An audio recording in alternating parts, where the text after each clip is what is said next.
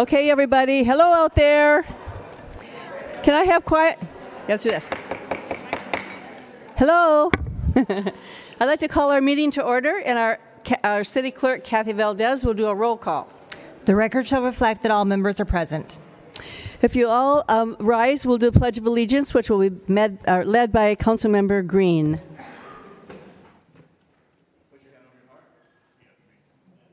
Pledge allegiance to the flag of the United States of America and to the republic for which it stands, one nation, under God, indivisible, with liberty and justice for all. Thank you. In accordance with the Brown Act, I'd like to announce that as a result of convening simultaneous meetings, the members of the Boyna Sanitation District will receive compensation of $147.75 for the district meeting pursuant to Boyna Sanitation District Ordinance 2006-1. And the next thing is the approval of our agenda by our city manager, Patrick Johnson. Thank you, Mayor. There are no changes to the agenda this evening. Interpretation services are being provided for this evening's meeting. If you are using the equipment and have trouble hearing the interpreter at any point during the meeting, please raise your hand and someone will assist you.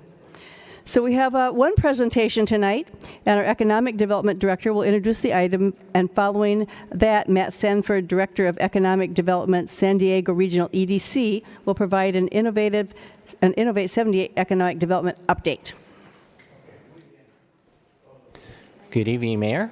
I'm Kevin Ham, Director of Economic Development, and I have Matt Sanford, Director of Economic Development for the San Diego EDC. Matt manages our Innovate 78 effort.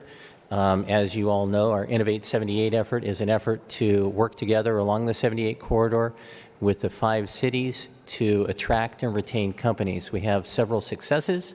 You'll hear a little bit about how we've helped a company move into Vista here recently, as well as help a local company gain information and their profile in the region.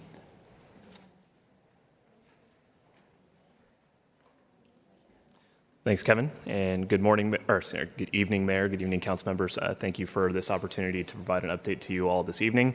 It's been about 6 months since our last update, and as we like to do, I want to check in about every 6 months to let you know what progress is being made. Just as a bit of a reminder, so this is an initiative that really started in 2015 is when we launched it. We had a year of work prior to that where we were doing a lot of kind of foundation building, website build out, et cetera, and determining strategy of how we would launch this brand. From the April 2015 launch until about April of 2017, 2 years or so, we were really focused on building our brand saturation, making sure that the brand was something that was known, and building that as a foundation. A few pivotal things that have happened since then. We've certainly been able to leverage that brand in certain ways, had some good exposure for the 78 corridor, started to engage people on social media and web traffic in a newsletter that goes out monthly, et cetera. We've had some good sponsorship of events that have helped raise the profile, such as the CalEd Annual Conference, the California Association for Local Economic Development. NAOP, which is a commercial real estate organization, in doing a property showcase of North County properties. We were a sponsor of that, et cetera. But now, as we move forward, we're really at a pivotal point, one where we now look to leverage the brand that we have built to provide much more direct company support.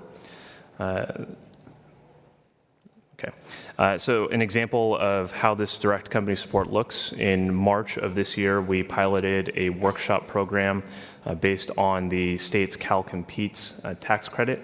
So we did a workshop where we had just about 10 companies attend on relatively short notice, so we'll be giving some more lead time to these as we go into the future. Of those, 5 applied for a tax credit. We are expecting 3 to be awarded with a tax credit this coming Thursday in Sacramento, totaling $1.1 million in creating an estimated 60 jobs here in North County. That is a competitive tax credit that companies are encouraged to apply for, but certainly no, or if they're not interested, they don't. And they are competing with companies in different industries and different sizes throughout our region and throughout the state. So being able to say that $1 million of that tax credit is coming to these 5 cities here in North County is great. We have certainly helped a few different Vista companies specifically through that process, including Solitude. So the second company listed here, we are expecting to be awarded this round a $250,000 tax credit, which they will be using to make new investments into their operations here in Vista and hire an additional 10 people. We are very excited about that. Also, another direct company support project through Innovate 78 was Glow Barket Recycling. It's a tire recycler that is opening here in Vista in the coming weeks. They are making a $3 million investment here and hiring 30 employees to get their operations going. That was something that we initially responded to as a request for information from the company through the state's GoBiz office. We, as the Regional Economic Development Organization, submitted 2 different response packets, one with general regional information about the San Diego region and one with information specific to the 78 corridor and the 5 cities here. The state actually kind of lost track of some of the roots of that in going through their overall process, but we were informed by them just a few months ago that the impetus for that project that is locating here was due to that information that was given to them. We've worked with over 50 individual companies over the first 2 quarters of this year, with about 10 different company wins spread across the corridor. One other one that I'll mention in a little bit more detail, specific to Vista, is Cubatech. Cubatech is a great growing Vista company that we're doing some work with on raising their profile, and I'll get into that in just a minute. But really, as we move forward with this new strategy in shifting, again, away from a 50-50 focus of our attention on branding and on company support, and now really focusing 75% of our time on the direct company support and then 25% on maintaining that brand, but really leveraging it. These are some of the things that we'll be focusing on. Company assistance workshops, whether it's for state tax credits or for other opportunities in financing or entrepreneur support. Workshops with existing partners like the Port of San Diego. We are hosting an upcoming workshop this Thursday, along with Iron Fist. They are the host for this. It's at their Barrio Logan location, but talking about how the port can better serve our brewing industry here in the region and prepare themselves for exporting of beer. So we have a great, obviously, craft beer scene. We want to make sure that the world knows that, not just the U.S. Talent is something that we firmly believe is the backbone of our economy. It is why companies choose to locate. It's consistently in the top 2 reasons that a company has for citing a location. We are planning to do more with our higher education institutions, UC San Diego, Cal State San Marcos, Miracosta College, Palomar College, UC Irvine, and as was suggested this morning, UC Riverside as well, to make sure that those students who are graduating from those campuses know what opportunities exist here. Innovate 78 will actually be strategically sponsoring fall career fairs on those campuses to allow companies that are located on the 78 corridor who are smaller businesses and may not have otherwise accessed those career fairs to have the opportunity to come under this sponsorship to participate at no cost to them. So giving them an access to that talent pool and giving that talent pool some idea of the opportunities that exist. And also, really wanting to leverage current companies in attraction efforts. We are not an organization that goes out and proactively tries to recruit companies. It's a failed model. It's been proven many times. However, we do want to prepare ourselves to be ripe for attraction. So leveraging the networks that we have already established here, whether that's a CEO that is doing well and tells his friend that's up in Washington State, hey, we have a great operating environment down here. Yeah, it's rumored to be more expensive, but if you want to be in this industry, this is the place to be. That's actually a real example. That has just happened with a San Marcos company, and now there's a second San Marcos company of a company that moved down. So we want to make sure that we are better supporting that CEO to have those conversations, that we're profiling that new company when they do come down and making them feel welcome and at home. And then, some proactive work that we're wanting to do as well. It is usually because of a site visit or an initial introduction to a company. We just met with another Vista company, T2 Energy, this morning, and learned that they are doing absolutely great things out of Lab Trader, another Vista-based company. And we'll likely be helping them with raising their profile and connecting with some international markets. But without those initial introductions and site visits, we don't have a full recognition for what's going on here. So we leverage those whenever we have the opportunity to be able to then determine what their needs are. In this case, a company that's getting ready for pretty massive growth. So we're excited to be playing a proactive role there.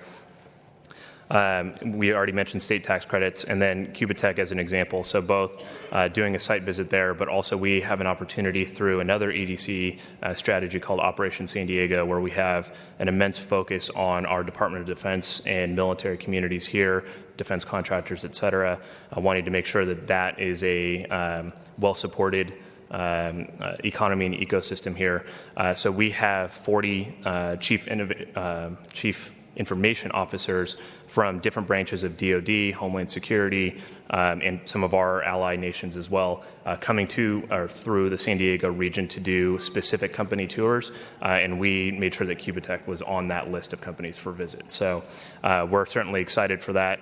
That's an opportunity that a smaller company like Cubatech would frankly never really have the opportunity to meet with that many people, and we really hope that as a result of that it goes somewhere. And finally, for metrics, so this is something that I think economic development as a profession sometimes struggle with. It's hard for us to take credit for every job that's created. We certainly don't want to be in that model.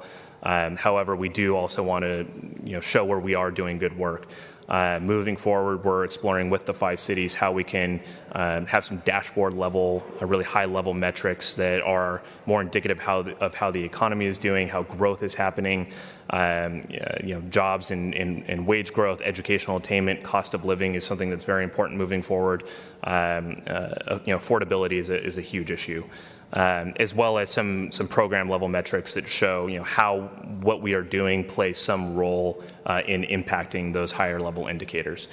So we likely won't be able to, and this was a piece of feedback we've had from councils throughout this process, be able to make direct correlations of this meeting affected this many jobs, but we will be able to have some indicators of these types of meetings have paid off overall with the growth of jobs, et cetera.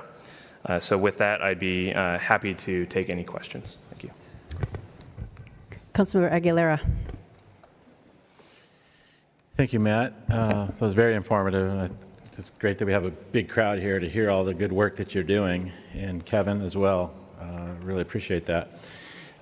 This morning, when you were discussing at the North County meeting, one of the topics that came up or questions was kind of like what's one of the drawbacks that prevents maybe employers looking at North County or San Diego in general, and I believe one of those was the cost of housing. So could you go into that a little bit more? Sure. So we as in a regional economic development organization are taking a firm look at inclusive economic development and how we are able to make sure that our work touches and supports all populations, not just our innovation economy or our key economic drivers. One of the biggest challenges for people and in turn for companies is the cost of living and affordability here in San Diego. Now that's, we live in a very expensive place. In part, that's part of being in California, and in part, it's actually an unintended consequence of the growth in some key industries that do pay really well and then kind of force those who don't make those same wages kind of further and further from opportunity. So we are actually looking at affordability, cost of living as a regional competitiveness issue, not necessarily from the kind of charitable lens or we need to support everybody. even though that's a fantastic perspective to have, we're also looking at, okay, how does this affect our economy when the workforce can't afford to live close to where those career opportunities are. And so that is a factor that we hope to have some more good data on in the coming quarter. We've been doing a lot of work with the Brookings Institution out of Washington, D.C. to better understand where some of these are macro-level trends across the country and where we have some region-specific information as well. Thank you. Councilmember Rigby. Thank you, Madam Mayor. And thank you for that report. Very well done. And as you might remember, and I'm sure Mr. Ham remembers, pardon me, when we started this program a couple of years ago, we started talking about doing this and getting the regional involvement. I was a little skeptical of the program and how it would work and how it would benefit Vista. It's important that we bring up the region, but my focus is Vista. And you've proven how that will work in concert with bringing up the region and how we still are focusing efforts on Vista and bringing jobs here that in North County will affect Vista. And so I just want to say thank you for doing such a great job, and Mr. Ham for doing such a great job on this. I'm not so much of a skeptic anymore, so thank you. Thank you. Okay, with that, I see no more questions. Thank you, Matt, for doing that nice presentation, and we do appreciate it. We've been working with all the mayors of the other 4 adjoining cities, trying to bring jobs, more jobs, and good-paying jobs to our area. So that's our focus right now. So anyway, moving on, we have a consent calendar, items C1 through C14. I don't have anything pulled by the public. Is there anything pulled by my council members? Seeing none, I would entertain a motion. So moved. I'll move that we adopt the consent calendar as presented. I'll second it. Please cast your votes.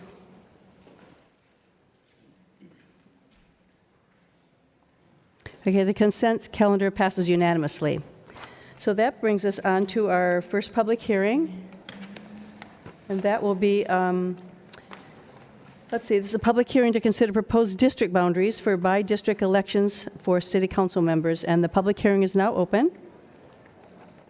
And our city attorney, Daryl Piper, is going to introduce the item. Thank you, Mayor. Tonight is... Are you on there? Oh, sorry. Hit the wrong button.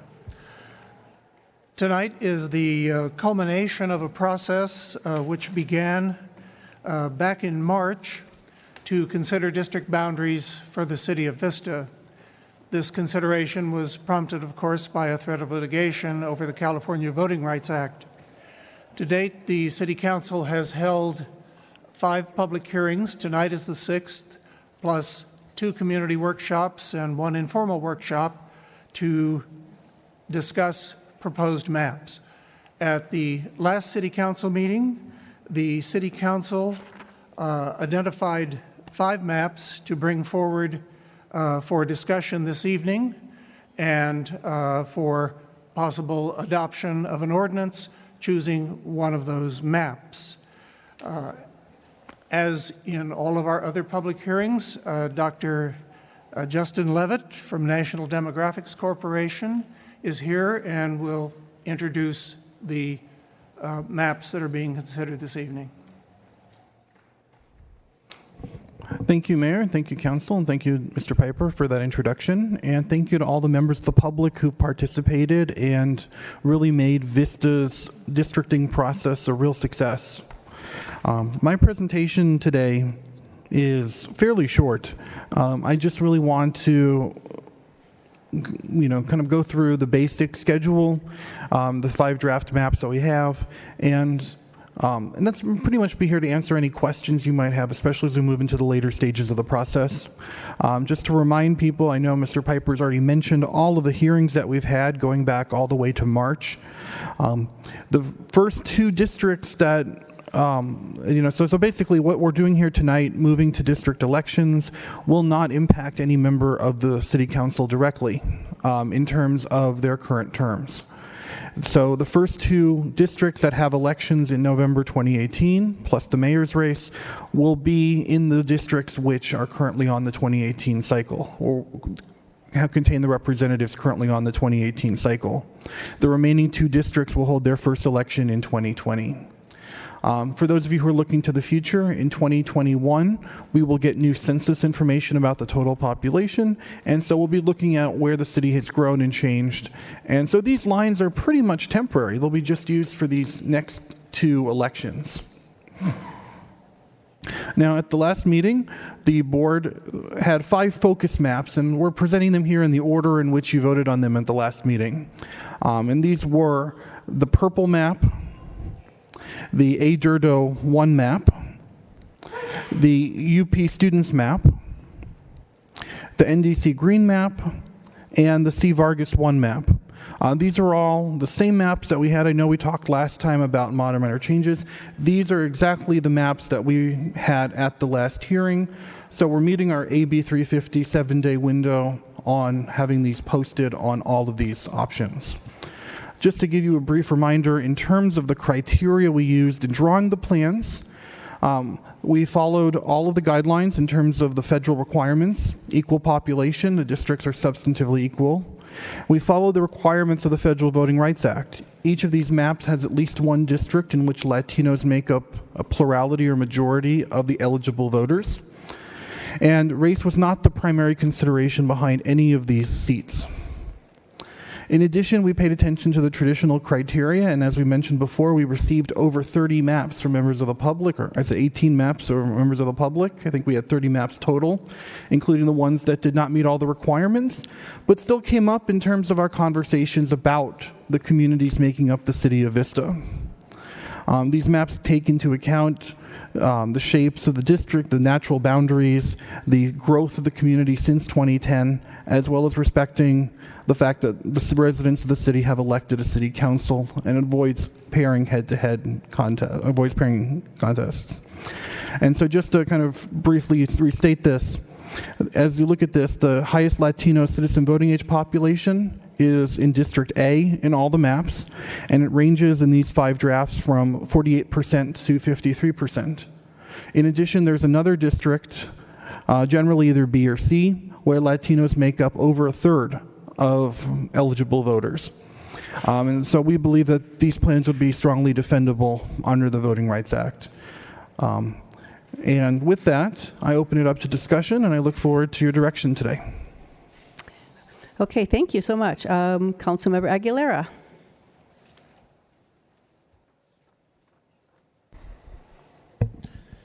Okay, thank you for that presentation. Do we have any speakers, though? Yeah, we do have 3 speakers. You want to hear speakers first? Yeah, please. Okay, hold. Yeah. Then you hold. Okay. Karina Contreras.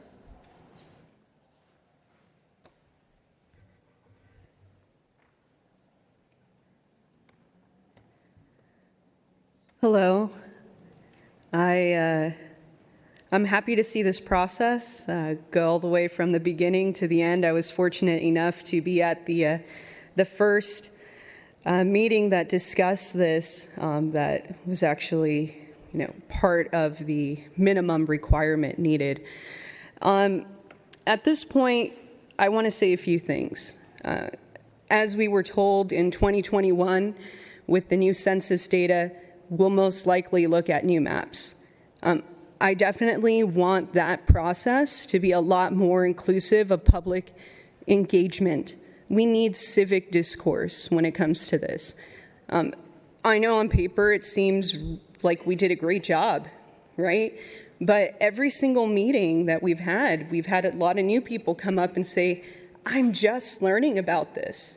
So I want to inform the council that, there are better ways to make sure that Vistans are able to communicate with you, not where, we have a 3-minute time limit and we get to speak, to this board, this wall, this council, and then our time is up and we have to go sit back down. I really did appreciate Amanda's last-minute workshop. I think that's going to be a model for 2021. I would really like for the council to do a better job at, from the beginning, not complaining about the process, but, actually putting into motion time where the public can have their say, because that's what's going to make a better Vista, right? Another thing that I want to say to the future council that we may have, depending on how the districts go, I heard the Innovate 78 talk about an inclusive economy. Right now, Vista has a lot of low-paying jobs, and we may not be the most expensive city in San Diego County, but it's definitely not affordable still. So how are we going to make this city inclusive, including for our immigrant population, those who are disadvantaged? I don't see us doing that. Let's protect our right of our First Amendment right to speak. Let's make this city inclusive. And in 2021, let's see a better process. But I do appreciate what you guys have given us. It's a good starting point, and we have a few years to make it better. Thank you. Thank you. Alida Diardo.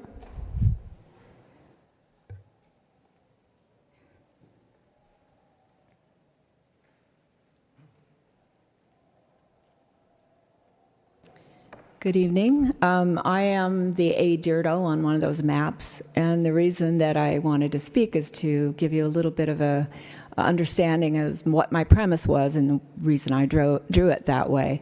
I spent a lot of time on it, and I realized while I was working on it that it's not easy, and I took a lot of different factors into account.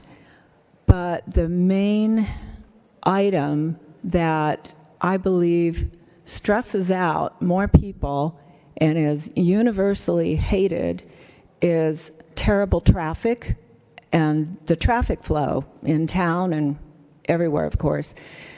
The reason I drew the map the way I did is I tried to make sure that the divisions were following the natural arteries, the major arteries in town. So that is Vista Way, both east and west, and Melrose, north and south, and Santa Fe, north and south. I tried to make sure that each sector touched at least one of those arteries in a way that there would be two districts that, at minimum, that would touch those arteries so that we would have enough representation in each of those, that if there is a decision to be made on development or whatever along those arteries and it impacted the traffic flow, that there would be adequate representation. That was primarily it. There was nothing more mysterious about it than that. And I tried to keep the neighborhoods that were natural neighborhoods that I'm aware of. I've been in this city for 60 years. I grew up here, and I'm familiar with what the various areas are about in this town, and I tried to take that into consideration as well. So thank you. Good job. Thank you. The last speaker is Ana Ardon.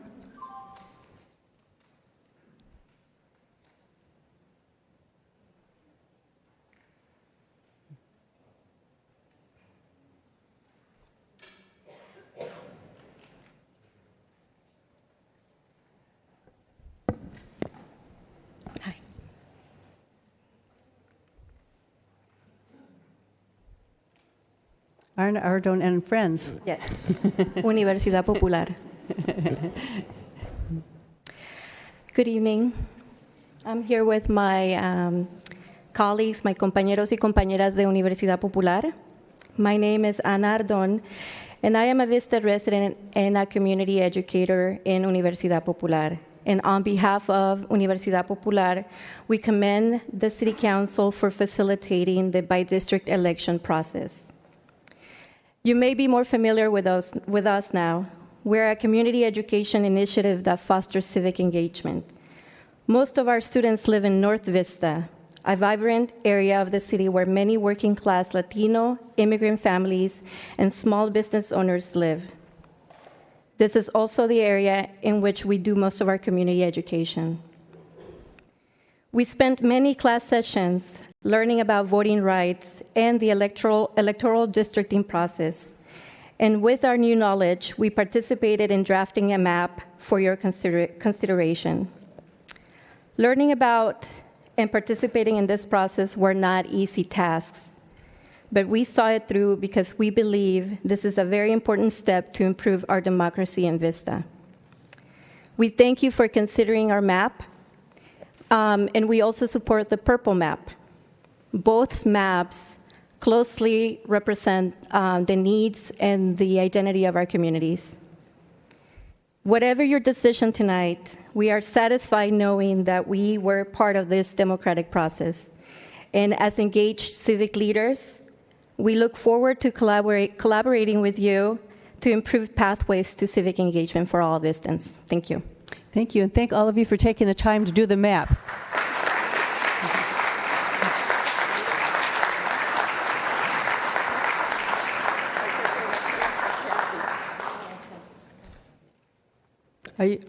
Are there more speakers? Are you wanting to speak? We wanted to deliver letters that we wrote in support of the process and to speak about our map. So, okay. Thank you. Okay, thank you so much. I know it took you a lot of time, so we appreciate all the time you took for doing that. Okay, that's the last of our speakers. Councilmember Aguilera. Well, I would like to thank everybody that participated in the process, and I think we had a lot of people participate both online, here publicly. Especially like to thank Universidad as well. They put a lot of effort into it, and I really appreciate everybody getting involved. Not everybody got the maps that they wanted, I don't think, but it's very difficult. I know when I looked at the maps, it seems like an easy process, but as soon as you start getting all the different variables factored in, it makes it very difficult. And my understanding is the group, I talked to a member of the community that was there at the last meeting that Councilmember Rigby had, and apparently the consensus came down to that purple map as well. So I think we've gone over this meeting after meeting, and it seems like the purple map is the map that is the most popular. It's not a perfect map by no stretch. It wasn't my first choice either. But like anything, I think you have to compromise. So I think my compromise at this point is to make a motion to accept the purple map. Okay, do I have a second for his motion? I guess second for discussion, I guess. And then we have Councilmember Rigby. Thank you, Madam Mayor. And I do want to say a big thank you and a big shout out to everybody who did come to our workshop that we had a couple of weeks ago and your participation. And that was a really great workshop that we had. We were pens and pencils and calculators and sitting down and going back and forth and moving lines and adding it up again. And we were there for about 3.5 hours doing that. And it was a really great back and forth discussion, talking about the neighborhoods, talking about what we were looking for, what we were trying to avoid. And so I'm really glad that we had the chance to do that. And I'm sorry we didn't have more opportunities to do that throughout the city, because I think that was a really good process for us. And at the end of it, when we did end up back at the purple map, the discussion was, after all of that discussion and hearing from people in the different neighborhoods and talking about the criteria and sounding it out with each other, to have that conversation out loud was a better understanding of why we ended up at that point, rather than just in your bedroom or your kitchen table with your computer on a static flat screen trying to draw the map yourself based on what you're reading in black and white as the rules. So I think that was a very valuable experience for all of us to have, and I'm hoping that when we do this again in 2022, when those census numbers come out, that we have the opportunity to get down there. And yes, I was in jeans and flip-flops. I know someone said flip-flops not required, but for me they were.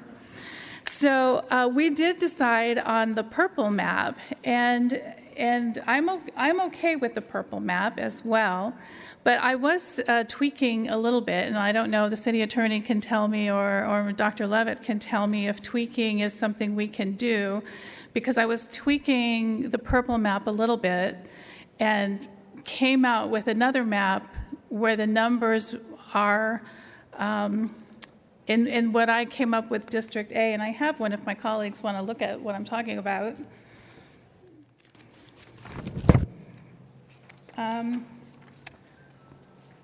In the A district up here, the deviation is only 2% at 519 people, positive number. District B over here is a 2% negative variation with a minus 428 people from the recommended for 23,000, whatever. District C over here only had a deviation of 10 people, which I thought was pretty good, coming down to 10 people. And then District D was a deviation of negative 101 people. So the total deviation on this was 4%, 4.03%. And I know the purple map, the deviation was 6.7% in total. And because the maps aren't the same, this one has the numbers of the precinct on them, the precincts that you used, and this one doesn't have anything. I can't really tell you where exactly, unless, were you going to bring up your computer screen this evening? Were we going to have that interactive? I thought we were going to do that interactively tonight. No? Oh, okay. Well, for the audience's benefit, what I had done was I took a little bit from A and brought it over a little bit more this way, and B a little bit more this direction. Keeping D pretty much the same as it shows on the purple map, and C the same as it shows on the purple map, except coming over a little bit more this way. And I mean, that's pretty much the only deviation, but it made the numbers quite a bit more equal, I think, and the deviation down to almost zero. So I don't know if my colleagues wanted to discuss that or not.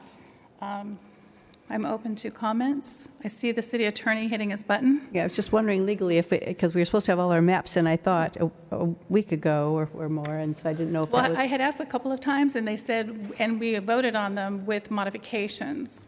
You know, council might have one or two modifications. So what the city attorney... We spoke in two terms, one of which was modifications that would have been available 7 days in advance from the prior Saturday, and we did get none at that time. State law requires that new maps be publicly available at least 7 days before they can be considered at a public hearing. And in looking at the draft, although the population numbers are equivalent among the districts, actually a substantial number of people would be moving from one district to another, and I do think that implicates public notice issues such that this particular map would require a 7-day delay and posting before it could actually be considered. Okay. So I misunderstood when I asked that last week, if we could do that, because my understanding was the vote was that we would talk about these and then we'd have the opportunity at this discussion also to make some modifications. And I wouldn't want to hold up the process because I know we're on a timeline. And I was in Sacramento last week at a meeting, and I just happened to be talking with a council member from a city in Northern California who's going through the same thing. And they went through the process. They had their public hearings. They had their vote. They just had to put the finishing touch on their final vote. And I think they were a day or two beyond their 90 days, even though they had done everything up until then, and they still got sued by this attorney, the same attorney. And because they were almost at the end of the process, they defended the lawsuit, but they lost to the tune of $1 million. So I don't want to hold up the process, so I'm fine with the purple map at this point as well. And this is 2017. 2022 is 5 years away. We'll have another opportunity. And I do expect that the numbers will grow enormously because we've had so much growth here in the city since 2010. So this will be another process to go through in 2022. So with that, thank you for your time. I appreciate it. I really appreciate everybody coming out to all of the meetings that we had, coming out to the council meetings, the emails, the phone calls, everybody who submitted maps. And so I just want to say thank you for being here and participating in the process. So with that, thank you, Madam Mayor.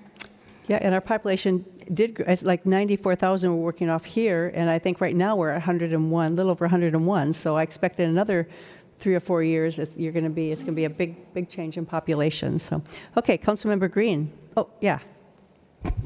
All right. Once again, I was just going to thank everybody for coming here. Thank everybody for being part of the process. It's so great to see a packed council chambers. So every second and fourth Tuesday, come on. We don't have food every week, but we definitely appreciate you guys coming. In regards to the districting elections, they've been going on for a long time. I've met with a lot of members of the community. I've asked several questions of Dr. Levitt, also spoken on the dais here kind of about my feelings. When I came in here tonight, I had it narrowed down to 2 maps. The A. Deardo map. Thank you, A. Deardo. I like yours. It's got a big yellow star on it, all right? So I would be completely happy with the A. Deardo map or the purple map. It sounds like my colleagues, and also I was kind of waiting to hear that outcome of your workshop on Saturday. So I'm super happy you had it. I look forward to doing a workshop like that where I can wear flip-flops and, shorts. It's my outfit of choice. But given that the community looked at it, voted on it, and, I have 2 council members that also say the purple map would be good. Out of those 2, I guess that, I would be fine with that, and we'd look again in a few years. But thank you guys all so much for being part of the process. I mean, even the idea of additional community workshops came from people in this room right here. So we don't know how to do this. We didn't know. We needed you guys. We needed you to call us. We needed you to email us. And yeah, maybe when we heard it initially, we didn't take it with a big, hey, let's pop champagne. We get to district, all right? Maybe we weren't happy when it happened, but I feel like we did change our tune to say, hey, look, we're all Vistans. We all live here. We're all a part of this town. And we've all worked really hard to be a part of this process. So I am glad that it's at its end now and that we'll be moving forward. I look forward to 2022 and Lord willing, if I'm in office, then collaborating with the community. If not, still being at that table, because one of my favorite sayings is that if you're not at the table, you're on the menu. So thank you guys for being at the table and helping make decisions. Appreciate it. Deputy Mayor Franklin. Yeah, I just want to say, first I want to say thank you to all the citizens that participated in the process, particularly those of you who took time to attend the meetings. Are we on our 7th or our 8th meeting? We're on our 6th public hearing, our 2nd community workshop, if you will, because we did have 3 community workshops on a Saturday without speaker limitations. We've had at least 8 hosted by the city that were open to the public. So we're on the 8th meeting. And as Dr. Levitt informed me at the end of our last public hearing, we've actually had relatively good participation. Would you second that comment again, Dr. Levitt? Yeah, I mean, Any other cities you've done this to give in? a quick example, City of Pasadena, I think, held 34 public hearings, and at the 34th public hearing, they still had people coming for the first time and saying, you need to hold more. So it's really hard because this is an issue a lot of people don't know a lot about coming into the process, and it really does involve education and learning the process. And for many people here, it's the first time you've been through this, or maybe, first time you know much about what people in other parts of the city think. And so we really hope that in 2021 or 2022 that everyone will show up again and make it more engaging and more interactive.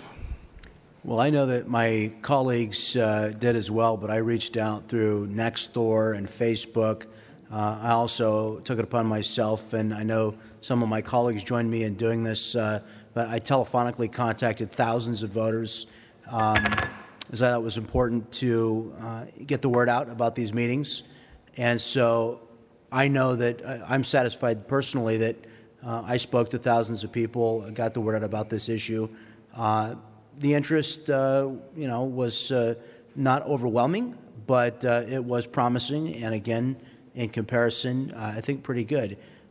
It's not the most exciting topic, and so the interest was what it was. But I think we did a great job in developing public interest and attention, and the folks who had an interest had numerous opportunities to participate. And so I just want to congratulate everybody on what a fantastic job the city staff, our city attorney, and our city manager, and all the city staff that worked on this, and our city clerk.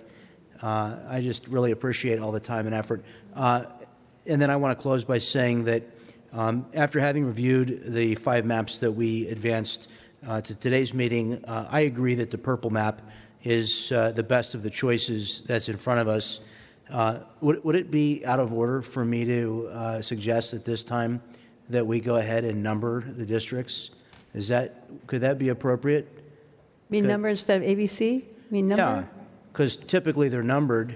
Oh. Would that be out of line? Districts are typically numbered, and that was going to be something that we would suggest be done, because in the final map they will not have, the map will not be called purple. Any reason the council? Official map. And yes, is there any reason the council? 1 through 4 instead of A, B, and C would be appropriate. I was and consistent. If my colleagues were amenable to it, I was going to suggest District A be District 1, District B be District 2, District C be District 3, and District 4 be District D be District 4. If I could just one quick modification to that, if it's okay. Sure. The state of California really loves to number districts north to south. And that would just be, A would be 1, C would be 2, B would be 3, D would be 4. Well, I'd be amenable to that. Would that be? Sometimes cities have position numbers. Sometimes cities already have position numbers in place, and so we use the letters at this stage so that you don't associate it with so-and-so's seat on the council. Well, that does seem like, if you're saying there's a precedent under law. But, this is something that some cities would do at this stage, especially because we have our proposed election years here. As part of this decision, you'll have to formalize the decision to assign these I suppose if we wait on this decision will be made for us by either our city clerk or some other person. But if the council is amenable to what Dr. Levitt has suggested, ordering from north to south, so again, that was District A was 1, District C was 2, District B was 3, and District D was 4. Would the maker of the motion and the seconder of the motion agree to amend the motion? I would, yeah. Yes, Great. I would too. Wonderful. Thank you. Thank you. Councilmember Aguilera. Is that what you're going to do? That was it, yeah. Just okay. amend my motion. Councilmember Rigby. Oh. That clicky. So I guess we'll vote now, but I was... no, we don't? Another comment, if we might. Oh, dear. If I can find Did we not do? my page. Perhaps, Dr. Levitt, can you give the order to include in the motion for the district elections? That's right. That's one other thing that needs to be in the motion, and so I'll just clarify that here, is that the state gives complete freedom to the district to set whichever districts it wants in whichever year it wants. So in this plan, we think that the order that would make the most sense would be that districts 1 and 4, in this case, would be up in 2018, and districts 2 and 3 would be up in 2020. That sounds good. I'll amend it. Second. Good. Okay, so we'll close the public hearing. We didn't do that, I think.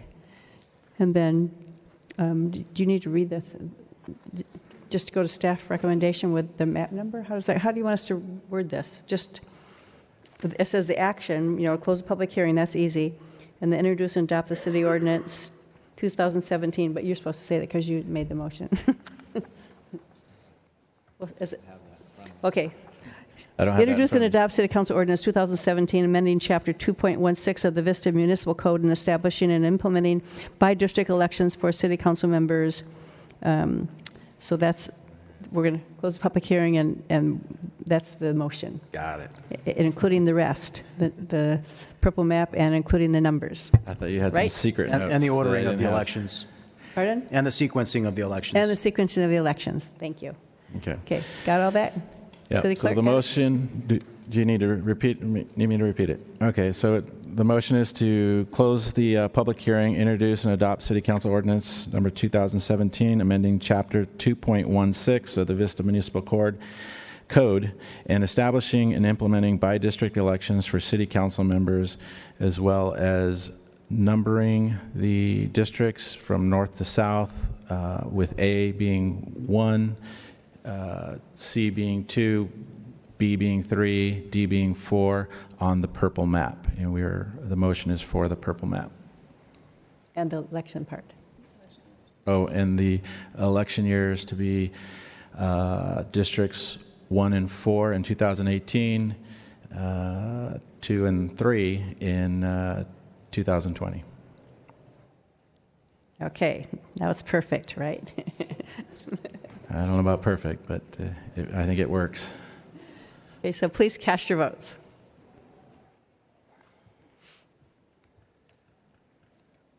That motion passes unanimously. Thank you all for all of your effort and help for us in doing this. So, okay, moving on. Our next public hearing is to receive testimony regarding ambulance transport service fees and first responder fee. And the public hearing is now open. And our Fire Chief Jeff Hahn is going to introduce the item.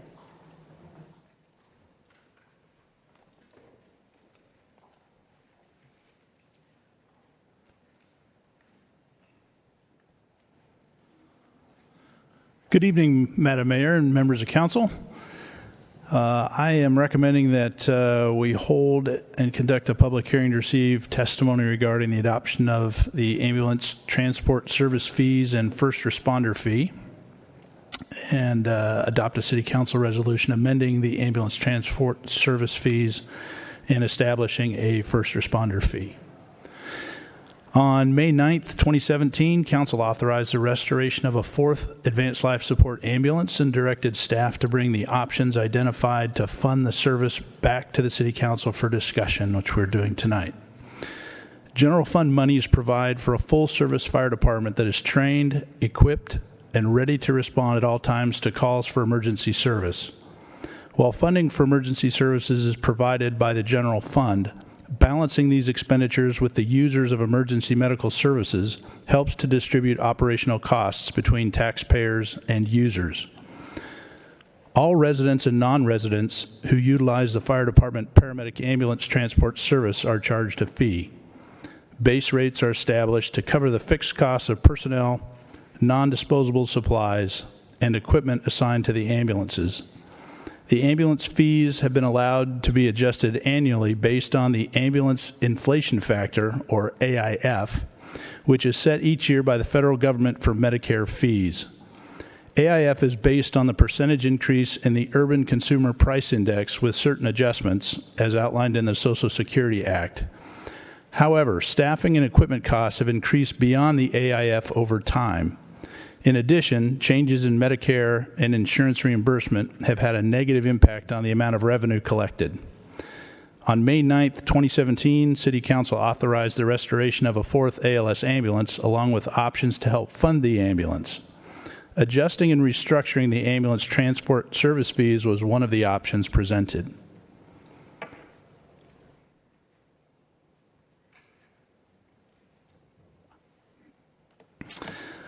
The City of Vista currently has an advanced life support, or ALS, base fee of $1,188 for residents and $1,325 for non-residents, and an $18 per mile patient transport mileage fee. It is proposed that the ALS fees be increased to $1,697 for residents and $1,829 for non-residents, and a $27 per mile charge effective July 1st, 2017. The current ALS 2 fee covers the highest level of service that can be provided to a patient. A tiered fee with basic life support, advanced life support 1, and advanced life support 2 is proposed consistent with the current practice. The proposed ALS 2 fee represents the average fee that is charged by other providers in the San Diego region. After the initial year, the ambulance transport service fees will continue to be adjusted annually based on the AIF. This will allow the department to keep pace with rising costs and is intended to increase revenue by $96,000 per year to help offset costs. In addition to the ambulance transport service fee increase, it is recommended that the method by which the fees are billed is restructured. When a patient is treated and transported to the hospital, the transport fee is charged along with the cost of specific disposable supplies, medication, and mileage used in the transport. A paramedic goes through the inventory of supplies used on a specific call, and the patient is billed accordingly. To help ensure full recovery of costs and to more efficiently manage the program, it is recommended that the disposable supplies are charged and bundled based on the type of treatment and supplies used. Medical treatment can be categorized or bundled into two major groups, which tend to require certain supplies.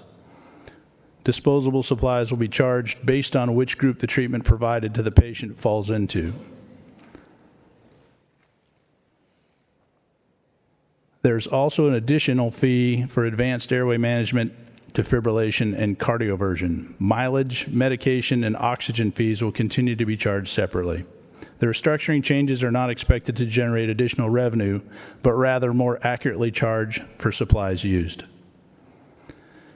During an emergency medical call, both an engine and an ambulance are dispatched to the scene because a typical emergency response requires 5 personnel to effectively assess, treat, move, and prepare the patient for transportation. The engine frequently arrives on scene first and performs initial paramedic level patient assessment and treatment. The costs to provide this level of service by the first responder have not been charged for in the past. Once the ambulance arrives, care continues with the arriving personnel who may ultimately transport the patient. Ambulance transport fees help cover the cost of the transportation of the patient in the ambulance, but do not cover the initial assessment and care provided by an engine company or on non-transported medical calls. The first responder fee is permitted under Section 13916 of the California Health and Safety Code to cover the non-transport costs of providing care. Historically, general taxes covered the cost of fire suppression and first aid care, but over the years, the fire service also provides paramedic level advanced patient care. The level of training and the expertise of fire personnel has increased exponentially.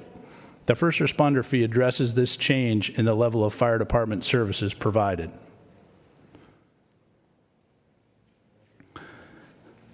The proposed first responder fee is $154 per call and is based on the standard rate formula already calculated by the California Office of Emergency Services, or Cal-OES, and the current per call dispatch fee.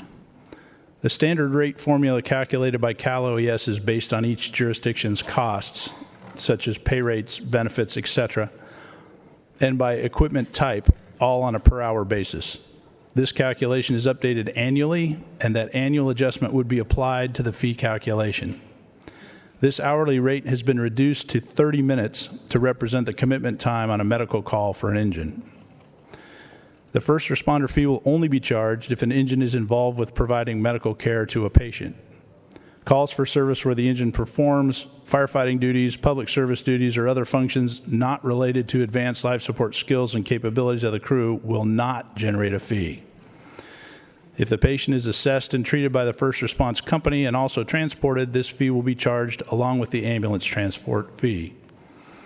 Most insurance companies will cover a first responder fee, as do most automobile insurance companies in the case of an injury vehicle accident.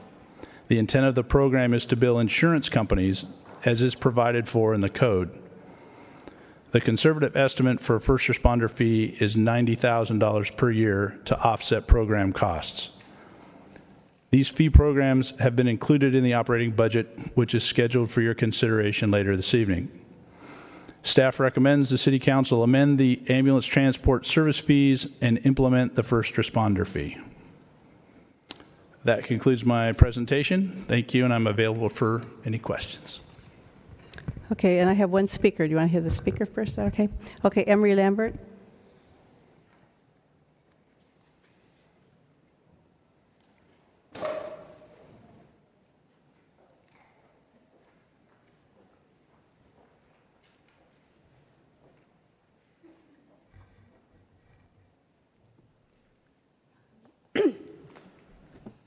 Hi, my name is Emery Lambert, and I would like to thank you for letting me speak this evening.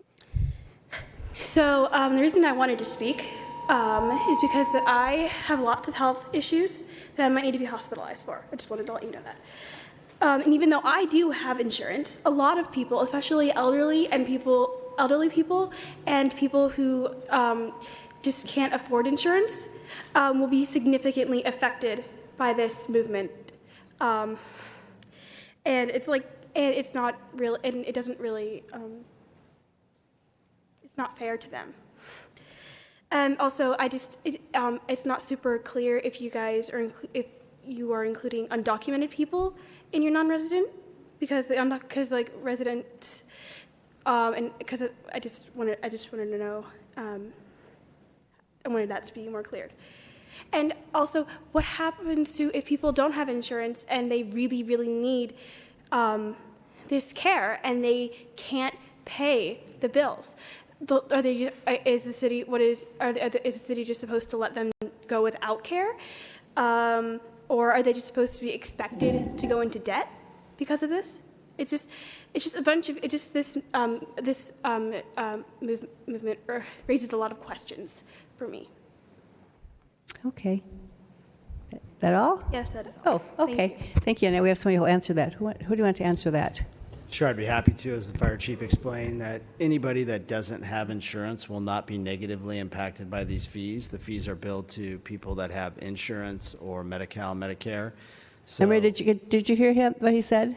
So the people won't be billed. People that don't have insurance will not be negatively affected. They won't be negatively affected. Okay. Okay, that's our last speaker, Councilmember Green. So great question, by the way, because that was my question as well. I was like, hey, is this going to detour people from calling for the ambulance? Like, what if they want to call and they're like, hey, I don't want to be billed, therefore I'm not going to call. And I was told that as well, that if they don't have insurance and they call, they don't get billed. I just wanted to break it down because I had a lot of questions when I saw this. We had 7 public hearing items on our agenda, so anytime there's that many public hearing items, I like to sit around and do my homework. This one came down to a numbers thing for me, and I just going to kind of go over the answers that I got because it looks like me, basically, it's going from $11.88 for a resident up to $16.97. It was, and for non-residents, $13.25 to $18.29. These fees, my understanding is that these are average fees for our area, and that if we have like an Oceanside ambulance come in and treating you, they're already charging you these fees. San Marcos comes in, they're already charging you these fees. But when we as Vista go to their areas, they're basically getting a discount because we haven't changed our fees yet. So it's not like we're all of a sudden raising our fees to $1,700 per ambulance visit. We're just making them customary per the county is kind of the way it was explained to me, which makes complete sense. It's great that our residents do get a better discount than non-residents. I think that was a great question by the lady who spoke also, though. If we have undocumented residents, yet they reside in Vista, and they are insured, are they billed as residents or are they billed as non-residents? I have no clue what the answer to that is. If they live in Vista, then they're considered a resident, regardless of their immigration status. Yeah, we don't check that. Okay, so that's another answer to that question, which was a great question. I didn't know on that. So in looking at this, those were my biggest questions, and we were at $18 per mile. Now we're at $27 per mile, which is my understanding is customary for the area. In the charts that you looked at, it looks like even though we're raising our prices for these services, we're still relatively below the average for the county. So as a guy who loves to say it's not magic, it's math, I really dug into this one and checked it out, and I was reassured that $154 fee. The other question that was on my Nextdoor app, and by the way, keep posting, we check, does anybody else charge a first responder fee, or will we be the first city in the entire county to charge a first responder fee? First responder fees are charged a lot in Orange and LA counties. In the North Zone, San Diego area, we will be the first. However, San Marcos is considering it right now. Escondido's looking at it right now, as is Oceanside. So it's okay. It's kind of a coming. It's something that's on its way is kind of what it sounds like. Okay, thank you for answering all those questions, Chief. I appreciate your time. I have another speaker slip they just turned in. Do you want to hear from that? Okay, Gabriel Pena.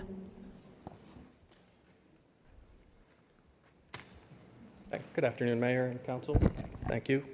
I guess the difficulty for me is I'm not seeing the correlation between a fourth ambulance and the fixed cost of providing that hardware and the personnel to staff it, and the need to increase each and every ambulance ride. There's been no discussion of the correlation between the amount of revenue that would be generated by this increased fees versus the actual fiscal need for providing for this ambulance and the staff. So I'm not understanding the correlation between adding these fees to each and every single ambulance ride and a first responder fee that's not charged as well, where I'm just not seeing, is that going to cover the entire cost? Is it going to be by what amount? And how much is still required? And where's that? I guess that's the correlation I'm missing. Who wants to do you take that, City Manager, or do you want Fire Chief? The cost of the fourth ambulance is going to add about $1.1 million per year to the budget ongoing. So there's definitely an extra burden on the city budget for that.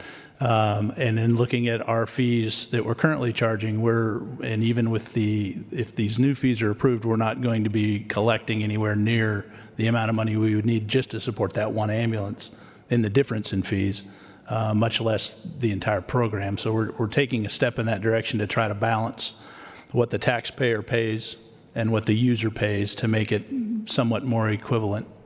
And to follow up on that, if I may, is there You talk in the microphone right here. Talk to us. Talk to us. Following up on that, if I could, is there an estimate at this point as to what that shortfall would be?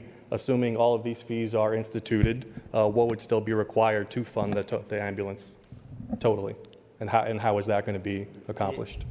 If I may, take it. The ambulance is approximately $1.2 million after revenue. So these two fees alone, just if you put them forward to the fourth ambulance, almost cover the $0.2 million. So we're still about $1 million short, even with the additional cost the additional revenue from these fees. Thank you. Even if we didn't have an extra ambulance, we still are below in the fees what that, everybody charges around here. So we're still losing money. So no matter because the people that don't have any money don't get charged. So I appreciate it. Thank you. Okay. Let's see. Back to Deputy Mayor. Well, I know I speak for all of us when I say that there's not a member of this council that wants to raise fees for anything, particularly not something that's as critical as ambulance service. However, I am strongly supportive of this measure because we have to pay for things like our ambulances, and it's important for everybody here that didn't get to participate in the conversation about adding the fourth ambulance to be aware of the fact that we're significantly overutilizing our paramedics, a lot more calls each hour than surrounding cities, and it's very important for us to add that fourth ambulance. We've also had a small but steady increase in response times, and they're going the wrong direction, and we know that this isn't going to necessarily fix that, but it's a step in the right direction. So I think there was a consensus, and obviously we voted to add the ambulance because we all believed that it was necessary. The real travesty here is that we didn't raise fees for so many years because we're reluctant to raise fees, and it's one of the reasons that I asked when this proposal came forward that it was indexed for inflation. It's very important that we index things so that they go up by CPI, which sometimes in the last couple of years has been 0 or 0.1%. But it's very important that we regularly adjust fees to reflect inflation, because if we let it go for 4, 5, 8 years, then we see these massive increases, and our citizens rightfully ask why we're increasing fees by such dramatic amounts. And I think I would ask staff to continue to look at fees that aren't indexed and make an effort to bring back anytime fee increases are proposed to index them so that we don't ever have to raise fees 20, 30, 40%.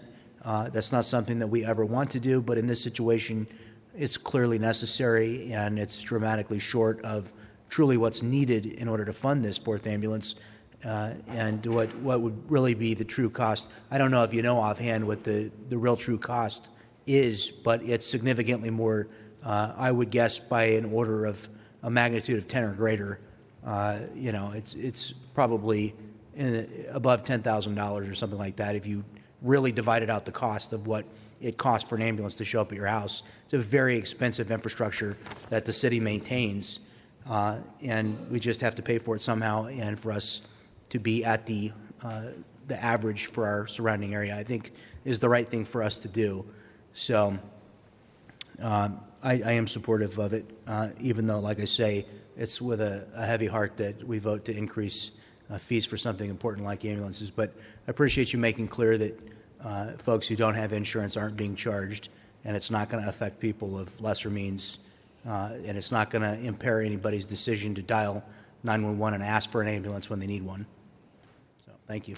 Sure. Are you asking that it be tied to the CPI? What about versus costs? If the costs go up faster than the CPI? Well, I'm only saying, and I'm not asking there be any change to what's being proposed by the staff. I'm simply saying whatever the elevator is, it's important that we have a regular elevator to adjust costs to reflect the reality that prices and salaries go up, cost of equipment goes up, cost of pharmaceuticals and other things is continually rising. If we're not rising our prices at the same time at an equivalent rate, then it creates this perilous situation where after we go 5 years without increases, we have to raise 20, 30, 40%, and then people very rightfully ask, my gosh, why are we raising fees by such enormous amounts? And that's not a position that we want to put ourselves in. And so it's important that whenever we charge fees for any services, that we look at ways to sort of automatically adjust for changing costs.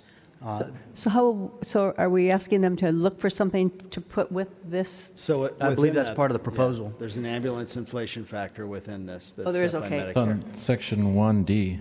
Right. All right. That's good to know. Okay, Councilmember Rigby. Thank you, Madam Mayor, and thank you, Chief Hahn, for this report. And as it was stated, we never want to raise fees on anything that we do here in the city, but we also have to be able to afford the services that we want to provide. And it has been a long time since we've adjusted these fees. So even without the conversation of the fourth ambulance, we would be having this conversation about adjusting our fees at some point here pretty soon. So I just really, really, really want to be clear on the discussion of not charging or sending a bill to somebody with no insurance. And my understanding as somebody who a couple of years back didn't have health insurance and had to call an ambulance for my husband and was charged, but that was the city of Oceanside. And of course, we paid the bill when it came in. But so that's not a standard. There other jurisdictions do charge regardless if it goes to an insurance company or paid out of pocket. But we're choosing to not charge except to insurance companies. In the case of the proposed first responder fee, yes. Okay. So that's only just going to be... Just the first responder fee? Yeah, just the first responder fee. Okay, I just wanted to make that clarification. Thank you so much.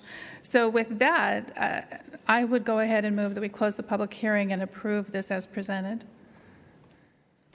Councilmember Aguilera. Well, initially I was just pointing out that the inflation rider was in there in section 1D of the resolution, but with everything being said, I will go ahead and second that. I think you all understand how we feel about fees, and I know you do as well, so I'll go ahead and second the motion. Okay, so I have no more speakers and seeing no more people that want to speak, please cast your votes.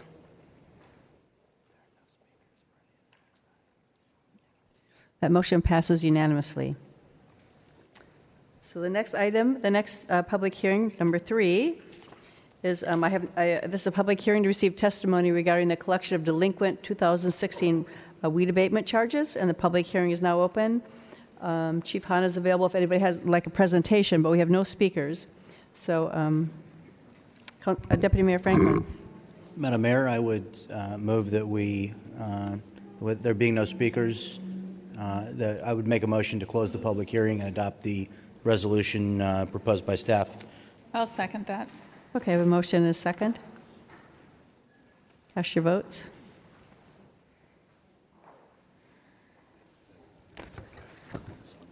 That motion passes unanimously. Moving on to public hearing number 4. This is a public hearing to receive testimony regarding the levy of delinquent fiscal year 2016-17 property-related administrative citation charges. Public hearing is now open, and Finance Director Lauren Morum is available if anybody would like a presentation. I have no speakers. Oh, Deputy Mayor, sorry. Again, I would make a motion that we close the public hearing and adopt the resolution next in order. Have a second? I'll second it. Okay, I have a motion and a second. Please cast your votes.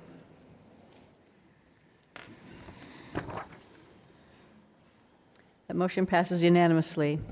The next thing is our public hearing number 5. This is a public hearing to receive testimony regarding the levy of assessments for the fiscal year 2017-18. Public hearing is now open. Finance Director Morum is available if anyone would like a presentation. I have no speakers. So Councilmember Rigby. I'll move that we close the public hearing and accept staff's recommendation. Have a second? Did somebody second it? I would second it, and if I might just make a comment. Okay. Since we have a lot of folks present tonight, and for those watching at home, it's always a good time to remind people that certain parts of the city are affected by lighting and landscaping districts. Some residents of the city live within districts that were created by, generally created by property developers.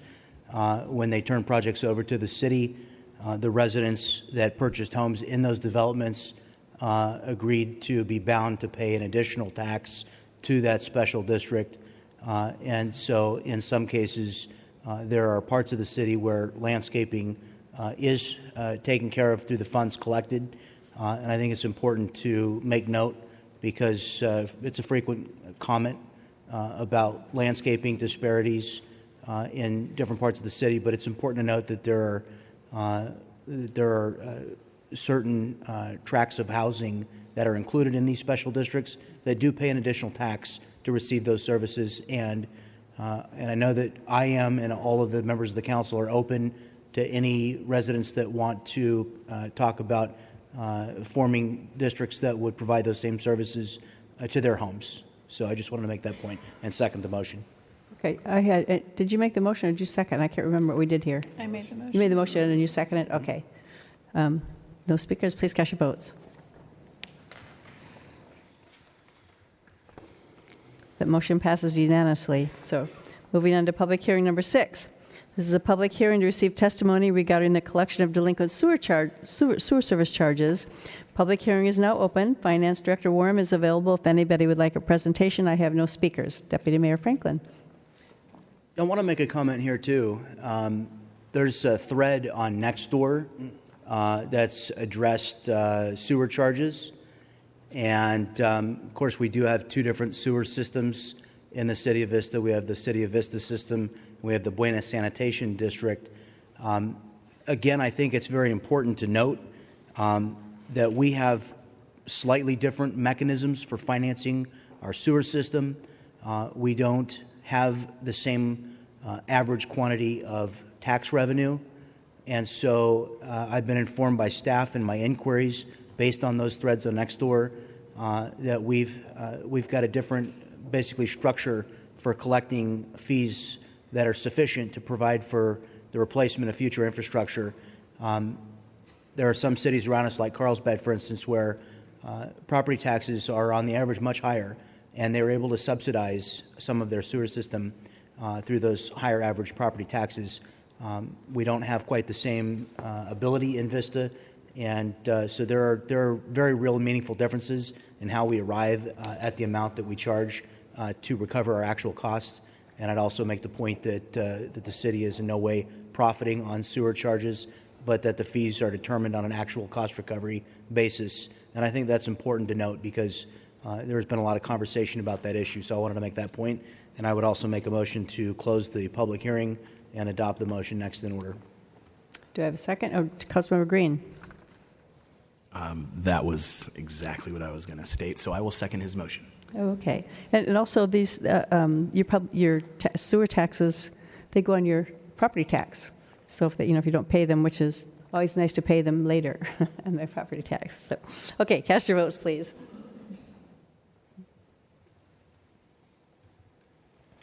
That motion passes unanimously. Moving on, public hearing number 7. This is a public hearing to receive testimony regarding the 2016 Regional Transportation Improvement Program Amendment number 6. So finance, I have no speakers. Finance Director Warm is available if anybody would like a presentation. Anybody? Oh, Deputy Mayor. You're Madam good. Mayor, You're on their button today. Always in the interest of speed and efficiency, I would make a motion that we close the public hearing and adopt the resolution next in order. Do I have a second? Second. I have a motion and a second. Please cast your votes.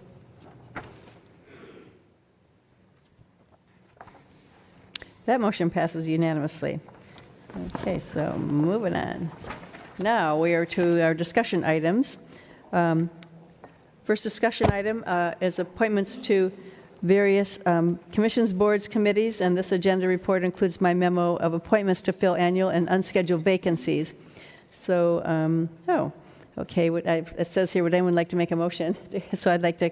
Then we can discuss the appointment of all of them. Anyway, Councilmember Aguilera.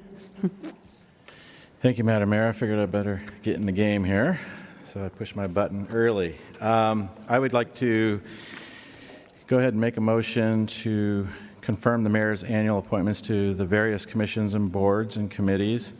I would also like to confirm the mayor's appointment to fill the unscheduled vacancy on the Public Arts Commission, and also to reappoint the existing planning commissioners that we have.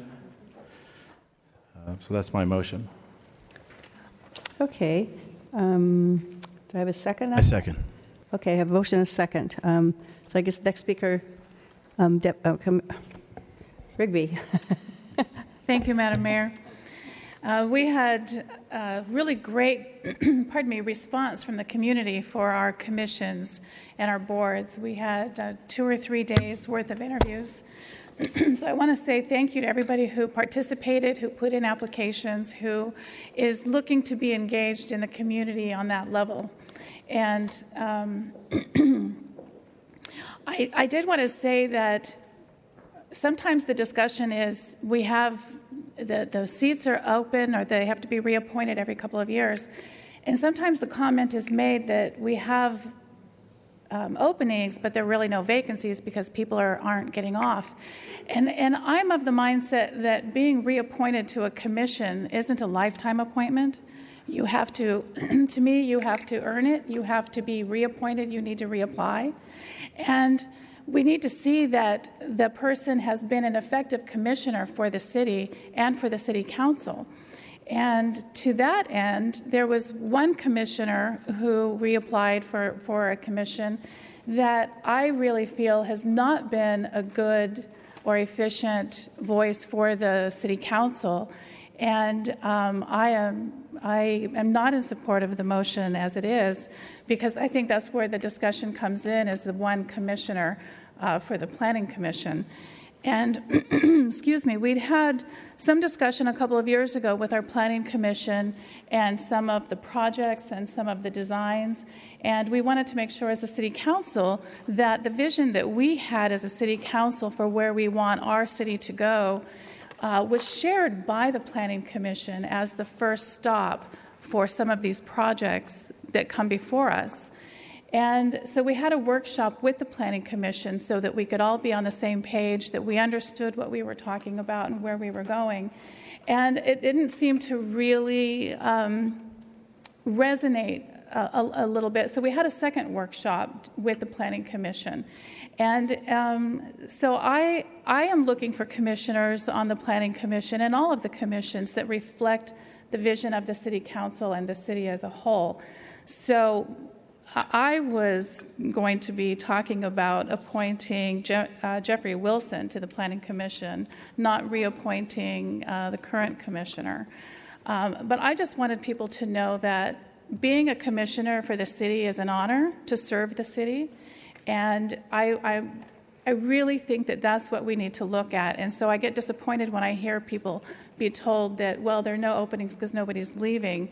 I just really think I don't want to discourage people from applying. Fortunately, this time we had a lot of people apply, so that was really good to see. I appreciate that. But all of the appointments, I think all of them were the ones that we all talked about. We agreed on them except this one. This is the one that I didn't agree on. So I'm not going to be in favor of this motion. But you might, so that it puts a kind of a cloud over both of them. You need to state Can the one. we separate them out and take your motion? No, I'm just saying that when you're talking about one planning commissioner, there's two planning commissioners. So I would state who you didn't support, so that the other person doesn't get offended. Well, you didn't have in here on your planning commission. Let me see. So the one person that I had some trouble with was Mr. Looney, was Mr. Don Looney. He is the planning commissioner that I am not recommending be reappointed. Okay. So, okay. I do have a speaker here, and then, Councilor Aguilera, do you want to go first? Yeah, I would like to just respond to that. I would like to thank everybody that participates in all of our commissions. If you don't know, they're unpaid positions. There is a stipend for planning commissioners, but you're not getting rich with I don't know what it is, $75 or $100, something like that. But when I was on the planning commission, Ms. Kramer was on the planning commission with me, and I know she does a fantastic job. So that's why I'm supportive of Ms. Kramer, and I know that the mayor actually asked her to go ahead and participate again because she's done a great job there. And then Mr. Looney, I know staff has been very supportive of him, and he's an architect, which I think qualifies him to be a good planning commissioner. And, I just haven't seen or heard any issues with Mr. Looney, and so that's why I want to support it. And I know there was a comment that was made in an interview that I think was probably taken out of, I'm not going to say out of context, but I think was maybe misunderstood, in that he said that we don't always agree 100%. And, I actually kind of appreciated that comment, because I don't think that the Planning Commission is there to rubber stamp our projects or our ideas. They are there to review projects independently and, look at those projects from a citizen's point of view, not from a staff or a council point of view. So, sometimes we don't always agree with our Planning Commission, and I know I've been frustrated at times too, but I have to step back and look at it as people from our community, very different people from our community, who have different opinions from us, and we need to get that feedback. And I think, like we were talking earlier about the districts and all that, and people were putting their input in, all these projects, they get modified, not only from the different opinions that the planning commissioners may have, but also from the community members that get involved. And as you know, not all community members agree with this 100% either. So, but that's what makes this process great, in that we can come together, disagree, make some modifications, make some compromises, and hopefully come up with a fantastic project that's good for everybody and overall good for the entire city. So that's the reason I do support Mr. Looney and Ms. Kramer coming back, because I think they're both doing a great job, and I think they understand what we are trying to accomplish for the city, but they're going to have their differences in opinions as well.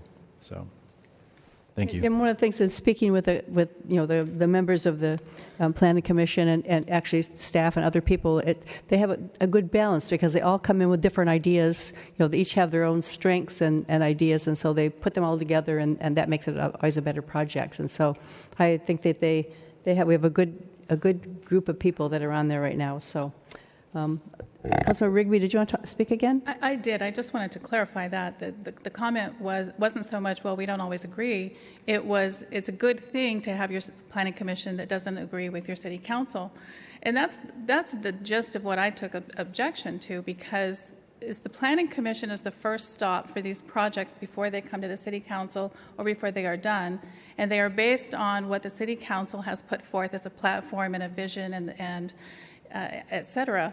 And so, and because there had been some issues and some of the projects had been appealed or a lot of community outrage or whatever, we as a council wanted to have a workshop with the commission to talk to get everybody in the same room and get everybody on the same page about what, as a council, we were looking for in the Planning Commission and what we were looking for the city.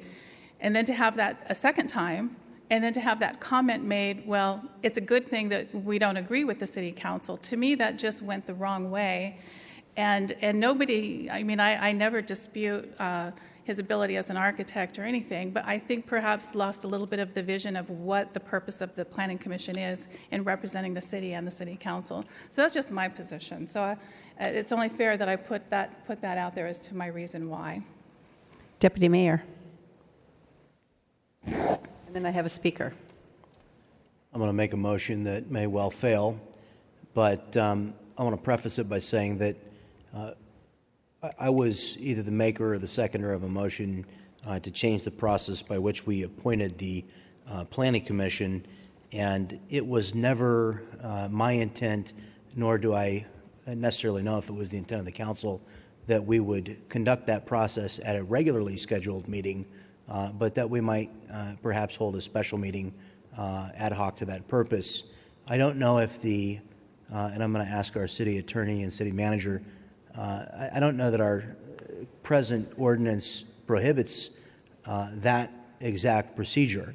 But that being said, my recommendation for the future is that we do hold a special city council meeting, duly noticed, to discuss these issues so that we can delve into a little bit greater depth and do so in a different forum than this, our regularly scheduled meeting.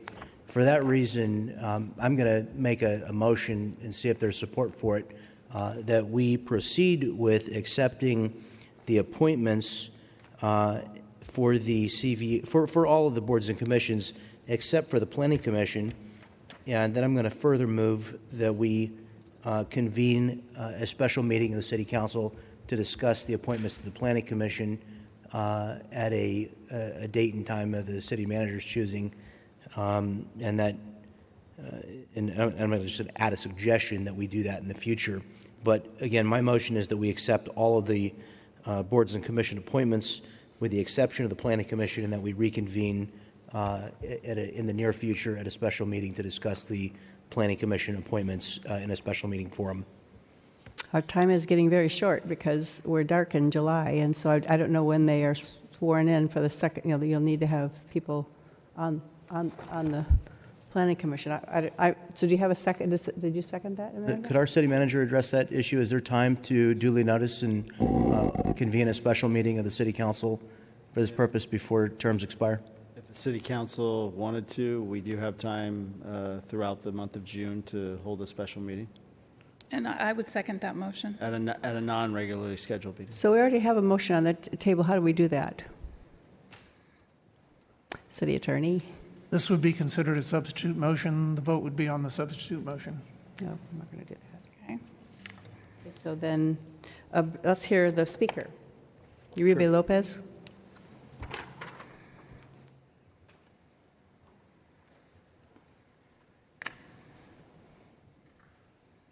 Hello, Council and Mayor. I have a few years ago, Deputy Mayor Franklin spoke about the process of choosing commissioners. I think now that we have districts, maybe one of his ideas could be implemented. A few years ago, he suggested that maybe each council person would appoint a commissioner. My idea that goes along with that is that in the process that we make sure that each district has commissioners. So that way, one of the really useful things about commissions, apart from the free preview nights at the Moonlight, is that you get to learn how the council works.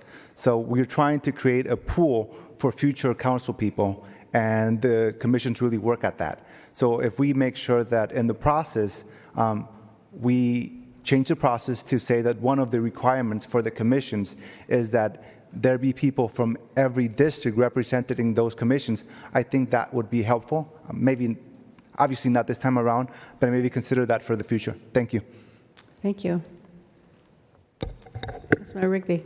I just wanted to address what Mr. Lopez said, and that I don't know about my colleagues, but I know I've already had the conversation with our city manager about that very thing, that as we go to districts in 2018, our first election will be 2018 and then 2020, I have already brought up to have it put on a future discussion item as we get closer to those elections, to do just that, to have the Planning Commission, the districts, the council members in each district get to put somebody on for Planning Commission and Traffic Commission particularly.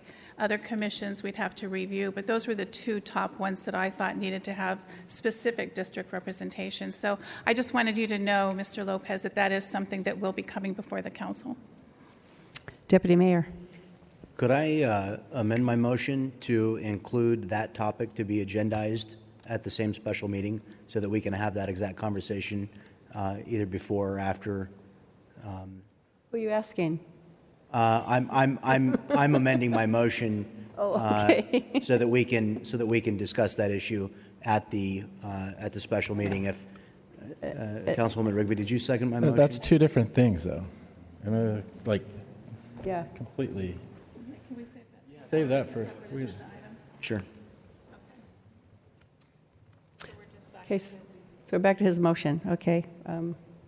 Okay, so I guess call for the vote. We're voting on that motion that we're going to not vote on the Planning Commission tonight. Did we leave the other thing in place that the other commissions are okay? Right. That's what we're voting on, to approve those appointments less the Planning Commission. Okay. Okay. Cast your votes.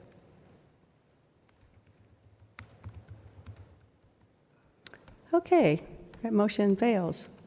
Actually, so should we go back to the first motion? We could do that. What does that mean? The first motion is now in order. Oh, the original it's okay to vote on the first motion. Okay, so I'll call for the vote on the first motion. I guess I'll guess how it goes. Oh, okay. That motion passes with one no vote. Okay, so moving on to the item, the second, D2, which is our fiscal year 2017-18 operating budget. This budget was placed on a discussion item because it required the approval of the ambulance fees. Otherwise, it would have been a consent item on the consent calendar. So does anybody on the council require presentation? This was actually, we actually had this in one of our last meeting that we had the budget discussion, and so this is actually the second time around that we've seen it. So, and the only reason we see it is because of the ambulance fees. So, yes, you may. It was May 9th? Okay. And so, is that why you, Deputy Mayor. I just wanted to commend the finance staff and our city manager and all the department directors that worked to create this budget. I think it's a good budget. We went through a lot of the particulars of it in the last presentation. I'm really pleased that it's a fully balanced budget, and we've a lot of hard work here. And so with that, I would go ahead and offer a motion that we approve this budget for fiscal year 2017-2018 as proposed. Councilmember Green. I also was one of the two that beat up a little bit on the budget presentation last time, so I want to thank the finance department on working so hard on this, and I'd like to second that motion. Okay, and I see no more speakers, and we don't have any speaker slips, so please cast your vote.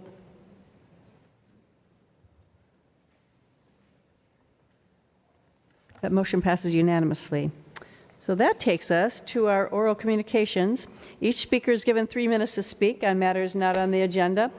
And our first speaker, we have a lot of speakers here. Just like to remind everyone that our Vista Municipal Code requires members of the public to observe order and decorum during the meeting and conduct themselves in a courteous manner. And we appreciate your not clapping. The ordinance was adopted to allow the public input and to facilitate city business without disruption of the meeting. So applause is appropriate for items listed under the presentation portion of the agenda only, which we already went through. What? City Attorney is going to make a comment. and then we'll have our speakers. I'm aware, Mayor and council members, that there are many individuals here tonight who want to speak on free speech issues. And apparently, for some reason, there is a rumor that the city will not reissue the permit at the end of the month. And I want to assure you, prior to the time that you speak, that that is not the case. A permit will be reissued, and a permit will be reissued taking into account, to the extent appropriate, the letter that we received from my good friend David Loy of the ACLU. So I just wanted to make that clear before you had to get all worked up. Okay.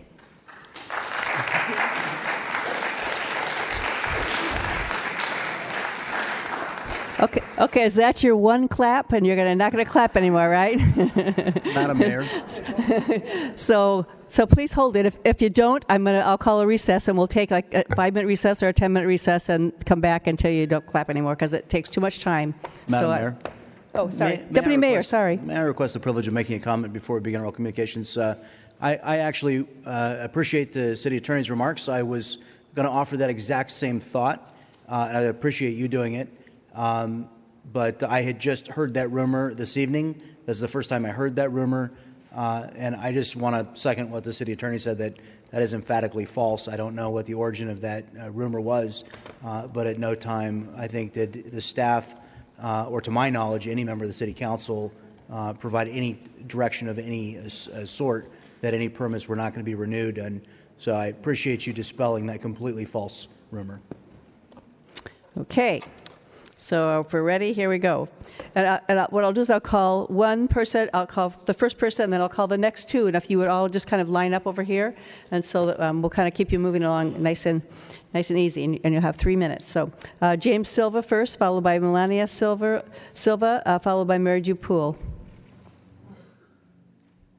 So if the other two will just line up over there.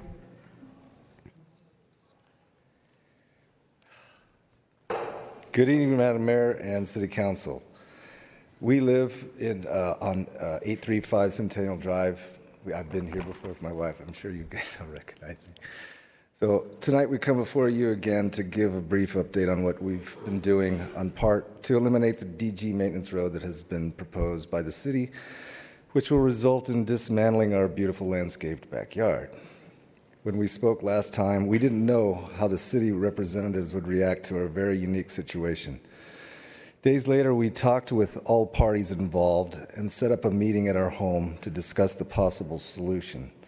We were impressed with your staff, most importantly, Greg Mayer, with his leadership skills, consideration, and kindness, and the new proposal of the hammerhead turnaround that a service truck would use to service this old existing manhole to the north of our property. Now, at this point, our hopes were high. We have been already discussing with our neighbors to the west of us, Sandy Riccicelli, that she would no way want the proposed road either, and the hammerhead turnaround wouldn't be a bad idea if she was to receive a new concrete driveway instead of the old existing asphalt she has now. We even offered her $14,000 for additional upgrades. We were also enlightened by it all. Then she came back with an email and said that she talked with a lawyer in other states and others, stating that it would have a grave impact on her property, and she would prefer the road if she could receive $150,000. We were heartbroken. But we didn't give up. We emailed the homeowner, Mr. Curtis, who was renting out his home to the north of us. He was most helpful in coming up with a solution on his property, and again, we offered compensation for the use of his land. He then went on vacation, and we spoke with him by text, then by phone yesterday, and he said the burden was too great and he wanted to plant trees there instead. He also mentioned if we were talking $1 million, he'd reconsider. LOL. And now we're coming to the end of our road with solutions. We are here tonight to ask for sincere help, as we are desperate. We know City Council has great power to decide on these matters, and we're pleading for your help. Thank you, sir. Melania Silva, followed by Mayor Dupul, followed by Valerie McCourtney. Good evening, Madam Mayor and City Council. This DG Maintenance Road proposal has been nothing but constant challenges for us, to say the least. We are here before you again, pleading for your help. I work from home, and I can tell you that it's hard to concentrate on my business since we've been home mid-April. Instead, it got me very ill for 5 weeks. Monday through Friday, I listen to the sound of construction machine running on the other side of our fence. It is impossible for me to pretend that this is just a normal construction next to our construction going on next door to us. Instead, it made me nauseated and weak, knowing they are getting closer to possibly dismantling our beautiful landscaping. As I mentioned on my previous email to you last week, our neighbors see this opportunity to make profit with everything we own. It is absolutely disheartening. Our home is supposed to be a place we can have peace. Our quality of life is greatly altered, and we are tired and exhausted.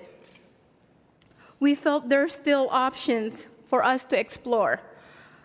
I ask that please accept our invitation to visit our home and see it through your eyes where we lived in. It's beautiful. It will mean a lot to us.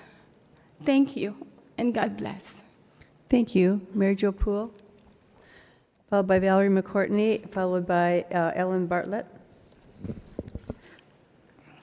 Hello, I am pleased to be here. Thank you for a good evening of discussion.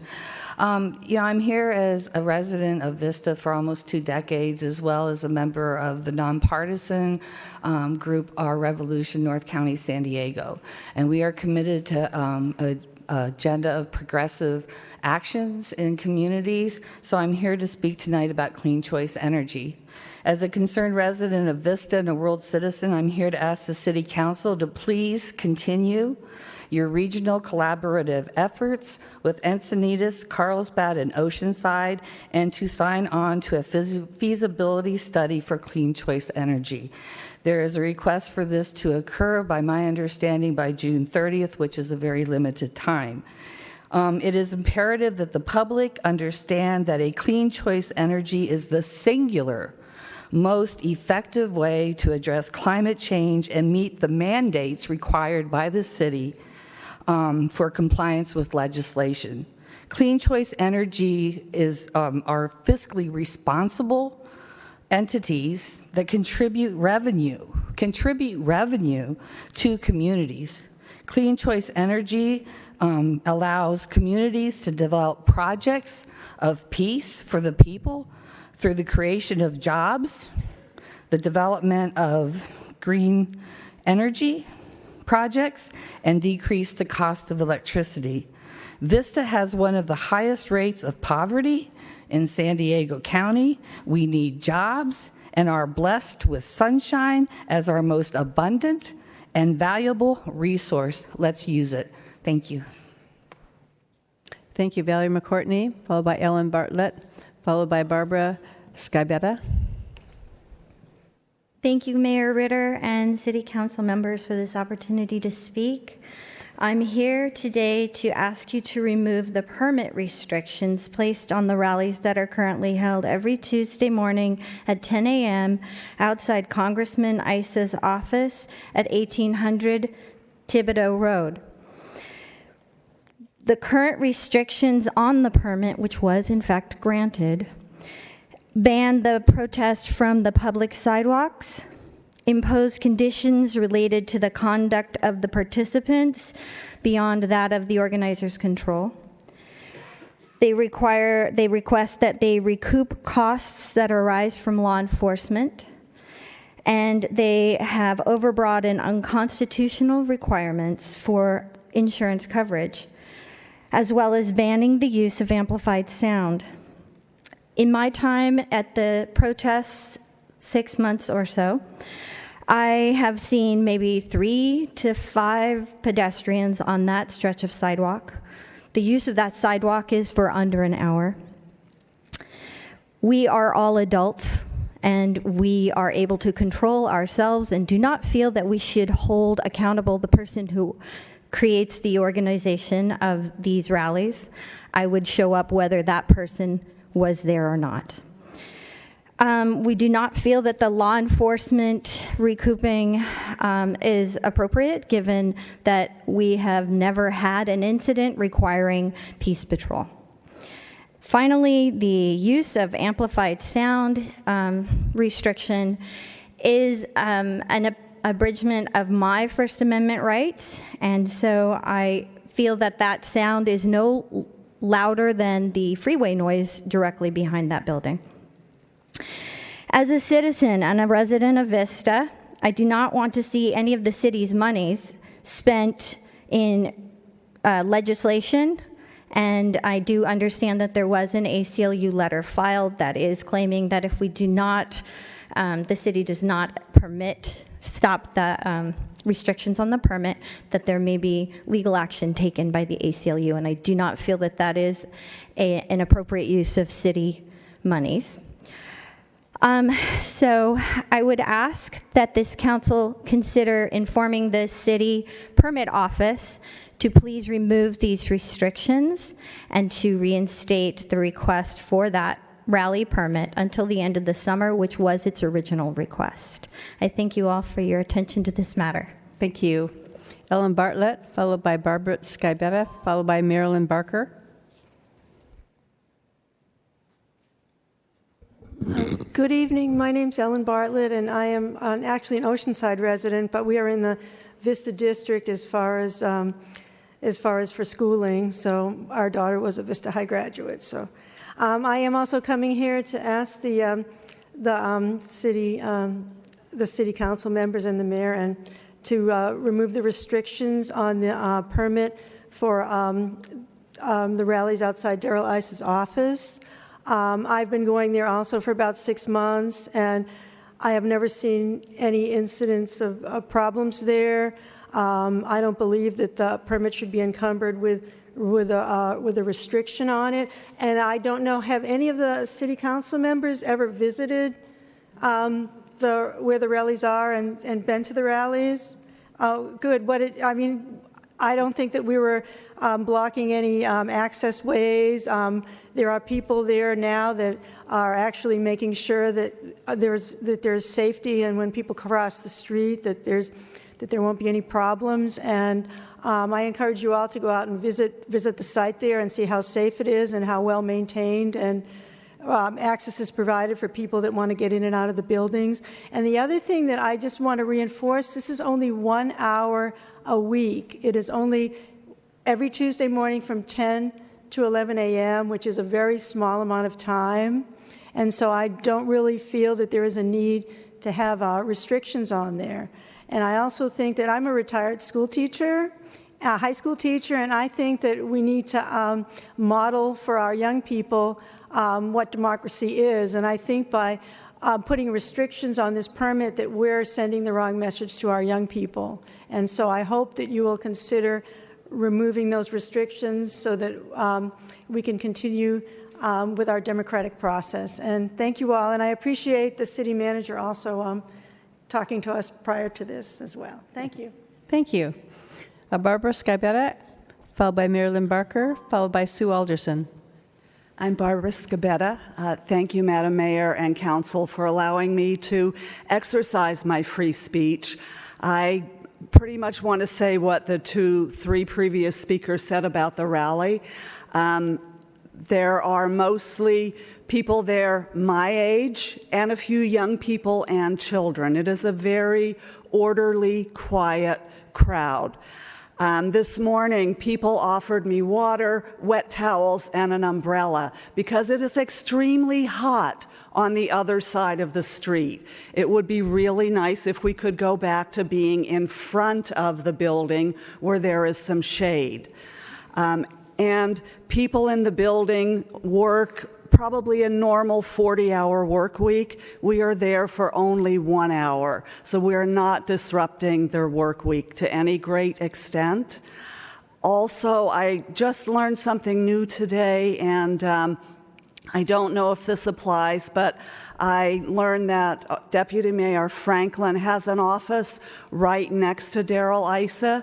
So my request for you, Mr. Franklin, would be that you not vote on this, because it seems like it would be a conflict of interest for you, since you also have an office in that building. I think when the council votes on adding or removing, and I'm hoping it's removing restrictions, I hope that you will not vote against the rest of the council. Thank you for allowing me to speak. You're welcome. Thank you. Marilyn Barker, followed by Sue Alderson, followed by Rebecca. 1 minute. I put my glasses down here. It looks Good like evening, Council. I am Medici? a resident of Oceanside, but I'm also a resident of the 49th District. When going out there, I feel so empowered when I look at what's going on in the world, and when I see in Russia people going out and demonstrating against their government, then it gives me pause to what our freedoms really are, and what the freedom of speech really is, and how we should not be tempered or tamped down by any group at any time for any reason, as long as we are obeying the laws, as long as we are respectable, and as long as we have a common goal, and that is to protect our free speech. So I thank you for your time, and as a former resident of Vista, and a former Marine, I really think that it's very important that you remove the restrictions, you let us be who we are, we will accommodate your fears, and we will not go against good, decent behavior. Thank you. Thank you. Sue Alderson, followed by Rebecca, it looks like Medici, followed by Marcia Wolf. Hi, I'm Sue Alderson. Now I have a question about the permit, and my question is, will the permit be reinstated without the violations of our First Amendment rights? Because apparently what's happened is the weekly protests outside of Darrell Issa's office had prompted the city to place unconstitutional limits on the protesters. And I was only going to address two of them. One is moving us from being in front of ICE's office to across the street, and the other is the use of our public address system. And the city has attempted to place restrictions on mine and everybody else in Vista's individuals' right of assembly and free speech. And my understanding is that's guaranteed by the Constitution. If these sanctions are indeed sanctioned by the City Council, then this is in violation of each member's constitutional rights, and it's actually abhorrent. No one in the Vista community should stand by and watch our freedom of speech and right to assembly be restricted by our elected City Council. If this violation persists and all of this is not addressed, the only recourse for community members is to ensure that in the future elections, City Council members are elected on their support of our constitutional rights and the right of peaceful protest. So again, my question is, when the permit is reissued, will it be reissued the way the ACLU has stated, that none of the restrictions will be in violation of our First Amendment rights? Thank you. Thank you. Rebecca Medici, followed by Marcia Wolf, followed by Tasleen, looks like Nizam. Hi, my name is Rebecca Medici. I'm a research attorney here in Vista, and I recently moved from Oceanside to Vista. So I'm also concerned about the city's attempts to make it more difficult to protest in front of Darrell Issa's office. And as the ACLU has indicated in their recent letter, it's a violation of the First Amendment.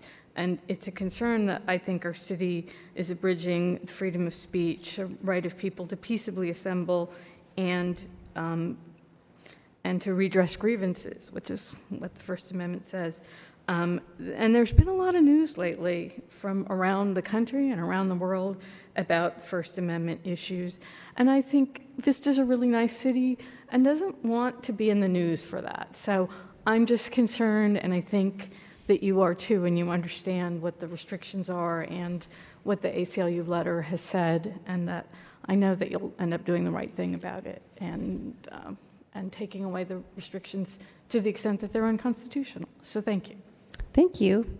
Marcia Wolf, followed by Tasleen Nizam, followed by, oh dear, I gotta get my glasses on again. Sorry, you guys. Go ahead. Oh, thank you for letting me address you today, Mayor Ritter and council members. My name is Marcia Wolf, and I live in zip code 92081. I'm speaking to you today as a resident. Can you talk right in the microphone? Sorry. Right into it so we can hear you. Okay, sorry. I'm speaking to you today as a resident of Vista and a concerned citizen. I would like to be able to assert my First Amendment rights utilizing the public sidewalks and amplification in order to address my congressman. Currently, the Vista Permit Office has imposed restrictions on the permit that threaten my right to be heard. I urge you to carefully consider the legal analysis submitted by Mr. Loy of the ACLU and renew Ms. Montanari's permit without the previously imposed restrictions. Thank you. Thank you. Tasleen Nizam, followed by Mustafa Nizam. Hope I said that okay. Yes. Good evening. I've been a resident of Vista for 14 years. I've lived down the street from Daryl Issa for about 14 years as well. I believe that in a meeting with the mayor, I was questioned why we protest outside the mayor's Daryl Issa's office. I apologize. And my answer was because we want him to answer our questions. We want him to meet with us. Well, because of the protest, he has had some open town halls, but honestly, his doors just cracked open, not wide open. We need to be showing a presence outside his office so that we are able to confront him about his vote on issues that affect our day-to-day living. Immigration, our budget, these issues are coming up when Congress goes back in September. We need to continue holding him accountable for his vote on the budget. And that's why I ask you to renew this permit so we can start the process back again and ask him to be on the right side. Thank you. Thank you. Mustafa, followed by Michelle, looks like Palit, followed by Harold Zeroff. Good evening, Mayor and council members. I appreciate you giving me the time. I am an unpaid protester that is often outside of Daryl Issa's office on Tuesdays. And I appreciate the city attorney telling us that the permit will be reissued, and I'm just asking that the permit is reissued without the restrictions. The reason for this is we have 2 sheriff deputies, and we have a lieutenant and a sergeant also present. That sounds like a lot of money that we're spending on something that doesn't need to be there. If you've come to our protest, oftentimes we're singing songs. That would not be my way of protesting, but I'm not in charge of the protest. But yes, we are singing songs. We're not disruptive. It is a short window that we're out there, and I really ask sincerely that you remove these restrictions when you reissue the permit in September. Did you fill out 2 speaker slips? I have 2 with your name on them. I filled out one. Someone might have put one in for me. Oh. Okay. Sorry. Or there aren't 2 of you. Yeah, there's not 2 of me. Okay. Okay. Thank you. Okay. Next is Michelle Palit. Did I say that right? And then also followed by Harold Zeroff, followed by Valerie Lowe. Good evening, Mayor and City Council members. My name is Michelle Petiti, and I am a 20-year resident of Vista. I am a recently retired school administrator whose favorite job was teaching U.S. history. And I am here tonight also to reaffirm the idea that there be no restrictions on the permit for the demonstrations in front of Daryl Issa's office. I have been attending the demonstrations, the weekly demonstrations, from the very beginning. We pledge the flag. We listen to inspirational speakers. We sing original songs, they're funny, and we end with a round of This Land Is Your Land. They last about an hour. This is not an assembly of rabble-rousers. This is not black-masked anarchists. We are everyday citizens. We're mom and dads, grandparents, college students, homeowners, taxpayers, just people like you who feel called to engage in democracy. There has been no violence and no property damage. We have followed requests to stay off the grass, move across the street, avoid jaywalking, and park safely.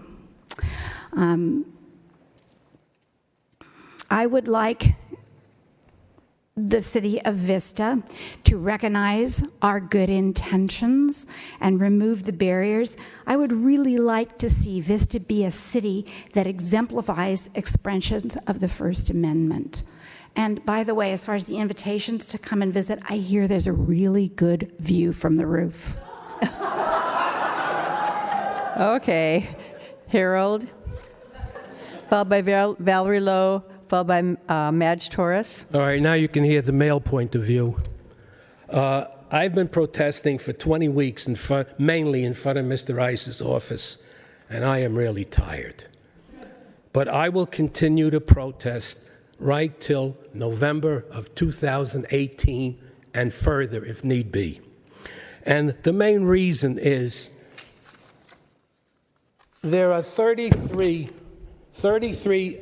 different votes from Mr. Rice. None of them meet my needs or beliefs on both sides. And if you'd like a copy, I'd be glad to give it to you. So therefore, it is extremely important that this permit keep up, because if it stopped, even if you decide in 6 months, we're going to be right back with the ACLU. So this has got to be continued. So the thing is, at this point, the permit, thank you for that permit. I would also like to thank you for the police. You've hired some wonderful people. So to keep up this democratic, peaceful protest, please continue. I just hope that in the near future, to make sure that this permit is given, that we don't have to require a couple of Democrats to be on this council. Thank you. I will thank you when this permit continues. Okay, I don't see Valerie Lowe, apparently, and I don't see Madge Torres, so maybe they've gone home. So how about Kyle Crammell? Is it Crammell? Don't see him. How about Amanda Messia?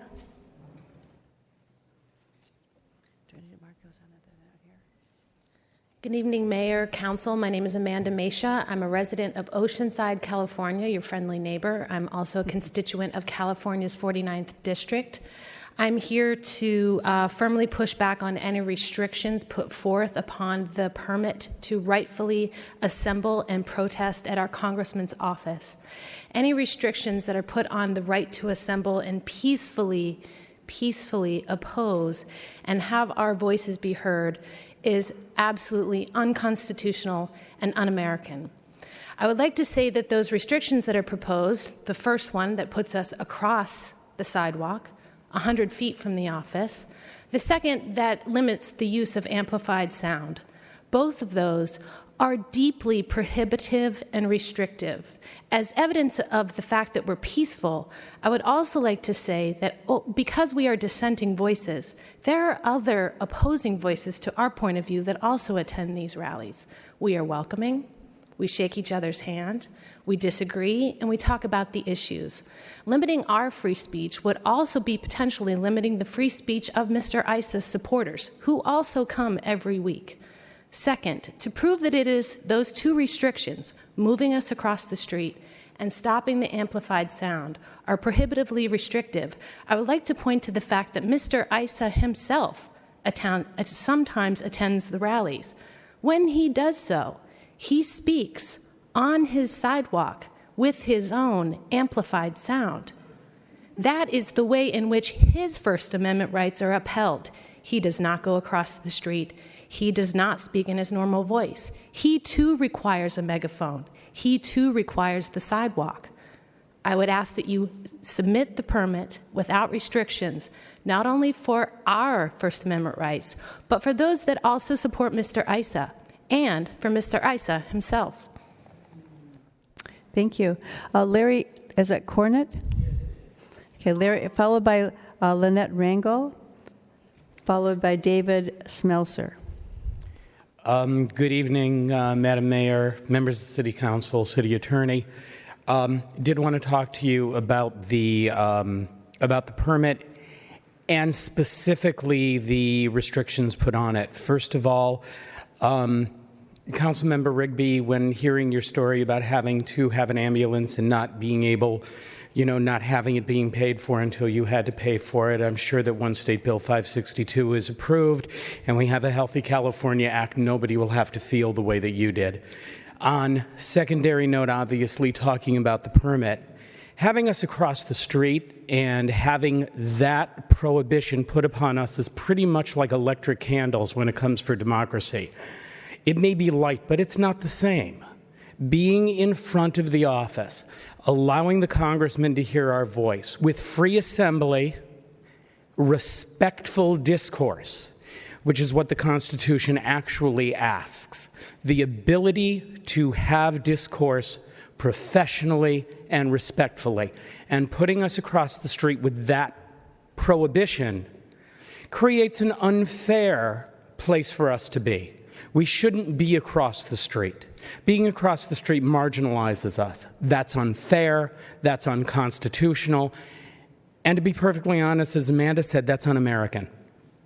The other thing that frustrates me, and it truly frustrates me, is the simple idea of saying that any costs for police, whether you cause the problem or not, would be your responsibility.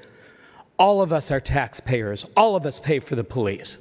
And to say that that should even be asserted, that you would have to pay an extra cost for that, if something were to happen, that wouldn't be anybody's fault who was engaging in peaceful discourse, is unconscionable.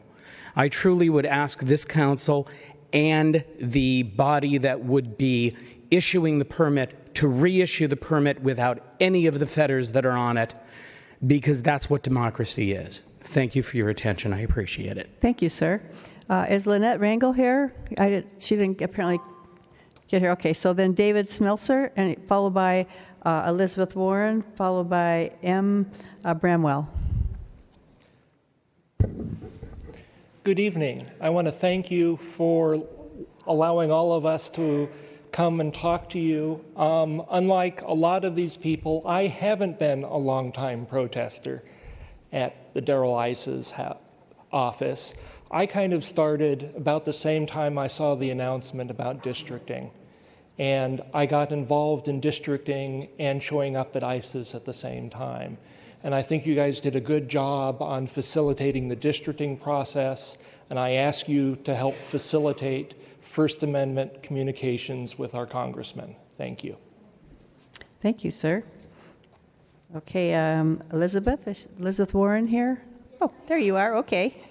I didn't see you over there. Okay. A few people do, but I'm going to speak very loudly so my size will not be a problem. Okay, no, wait, followed by M. Bramwell and followed by Melinda Nito. Okay, well, go. Thank you so much for allowing me to speak tonight. I am actually here not as someone who has joined the protests. I have never been to a single one, but I've heard about them from everyone. I've followed them on Facebook. I've watched what's happened. I've listened. I am here as a candidate for office to speak to many of you who are elected officials. One thing that has struck me throughout this process as I followed it is that all of us, any of us who are privileged to hold public office, do so at the pleasure of the voters. We are accountable to them, not the other way around. So I think it's important that we underscore that fact. Congressman Issa is accountable to his constituents, of which I am one, and all of these good people. I think it's important that we understand that this is a country that was founded on the basis of democracy, and there was a reason that the framers of the Constitution put this amendment first. I am a student of journalism. It was the first thing I learned in my very first class, my very first day at Indiana University. We have the right to free speech, freedom of religion, freedom of peaceful assembly, freedom of association. Those rights are something that we should not even mess with remotely because they would actually threaten our entire democracy. It's important, I think, that we respect the right of people to freely assemble. And as I've heard all these good people tonight pleading with you, saying how respectful they are, and sort of asking you kindly to please, please uphold our First Amendment rights, I find that deeply troubling. They should not have to grovel to ask to be heard, to ask to exercise their First Amendment rights when they've done nothing wrong. They've done nothing to deserve police there. They've done nothing to deserve being moved to the other side of the street. And I get this sense that when we put these crazy impediments in the way, it's designed to break people's will. It's designed to make them go home and stop doing this. We make things difficult for people because we want to discourage them from doing something we don't want them to do. In my opinion, and I'm just speaking as a citizen, but also as someone who hopes to hold office and represent these people as the 76th Assembly member, we need to think better. We need to be better. This is a difficult time in our country's history, and it's critical that we be on the right side of history. Thank you very much for allowing me to speak. Thank you. Bromwell, M. Bromwell, followed by, I don't see that person here. So is Melinda Nito here? And then followed by Kelly McCormick. Hi, my name is Melinda. Are you Kelly? No, oh, you're Melinda. Nieto. Oh, sorry. Okay. I'm just here just because I too go to the rallies, okay? And I have a citizen almanac book at home, and I go, wait a minute. I go, something about this is kind of weird when they were telling me what was going on. I go, something about this is kind of weird. This is something that we could do, like assemble and protest. And so I'm a Vista resident. I've been a Vista resident since, I think, 91. And my family, too, has been affected by the immigration issue. And I think that I'm doing something that's right. And I don't want to talk about it too much because I'll cry, but we're not doing anything wrong. So I'm Mexican and I'm there. So that's all I want to say. Thank you. You're good. Thank you. Kelly McCormick, followed by Rena Morocco. Good evening, council members and mayor. Thank you for this opportunity to speak tonight. On behalf of myself and many other parents in North County, I would like to urge you to reject proposals that would allow any pot shops in Vista. So changing direction a little bit here. The city can be proud of its past efforts to prohibit marijuana-related businesses and proud of enforcing the laws against illegal marijuana businesses. Vista is known as a family-oriented city. It's no secret that once pot shops start popping up, their reputation could be damaged. Pot shops often bring with them a lot of unwanted side effects. For example, Colorado and Washington have experienced a dramatic increase in drivers testing positive for marijuana. In California, the percentage of drivers who were involved in fatal crashes and tested positive for marijuana nearly doubled over a 9-year period, from 9% to 16.5%. Is that what we want in Vista? Legalizing pot shops also sends the message to our children and teens that pot use is okay. As the mother of a 16-year-old and a 12-year-old, I'm constantly working to counter society's message that marijuana is harmless. If you go to a Marijuana Anonymous meeting, you'll meet teens and young adults who are battling a serious addiction to a drug that is much stronger than anything that was available to previous generations. Marijuana addiction can cost these young people their driver's license, their future dreams. They can make poor decisions under the influence, have adverse health effects, and be in trouble with the law. For them, marijuana is the problem, not the solution. I urge you to continue the strong stand the city has taken against pot shops, and please do not be swayed by pressure from outside sources that just want to come here to make money. And send the message that Vista will remain a family-oriented community. Thank you. Thank you. And just so you know, 2 weeks from today we'll be taking that subject up. So you might, if you want to come back and listen. And Excellent. Thank you. Okay. Thank you, Kelly. Okay. Rena. Good evening, Madam Mayor and City Council members. I'm actually changing direction too, although I would like to agree with everything that all the people that were talking about the First Amendment said. I support that. Okay. I didn't agree with the last person, but actually what I'm talking about, what I'd like to address is I know that you voted on the by-district elections, and I'm not talking about anything about that other than the process. There was no bid process to find a demographer, and my husband is a demographer. We live just on the other side of the Vista City Council line, but we are in the school district and in the area of influence.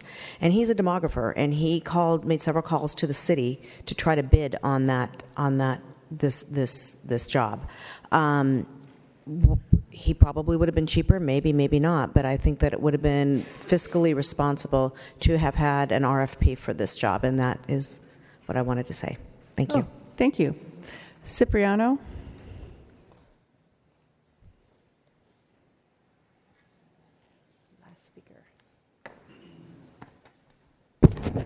Buenas noches, council members, mayor. Thank you for allowing me the time to be here, and thank you to the city attorney for clarifying the issue at hand.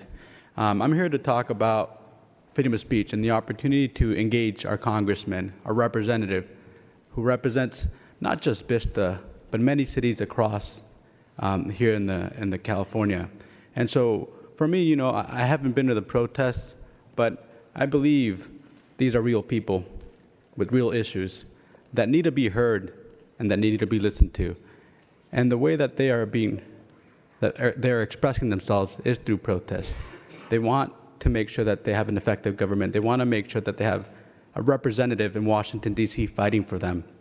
And so I think this is an opportunity for dialogue, an opportunity to have people express those concerns and hopefully, action being taken, actions that mean a better future for our kids in Vista, action that means a better future for the residents of Vista and the entire 49th district. So I ask you all to please look into this matter. Make sure that people in our district have the opportunity to express themselves through demonstrations, through singing, in a peaceful manner in which we are doing so. And so with that, I'd like to say thank you all and enjoy the rest of the meeting. Thank you. I do have one more speaker, Stephen Ray. You're my last speaker.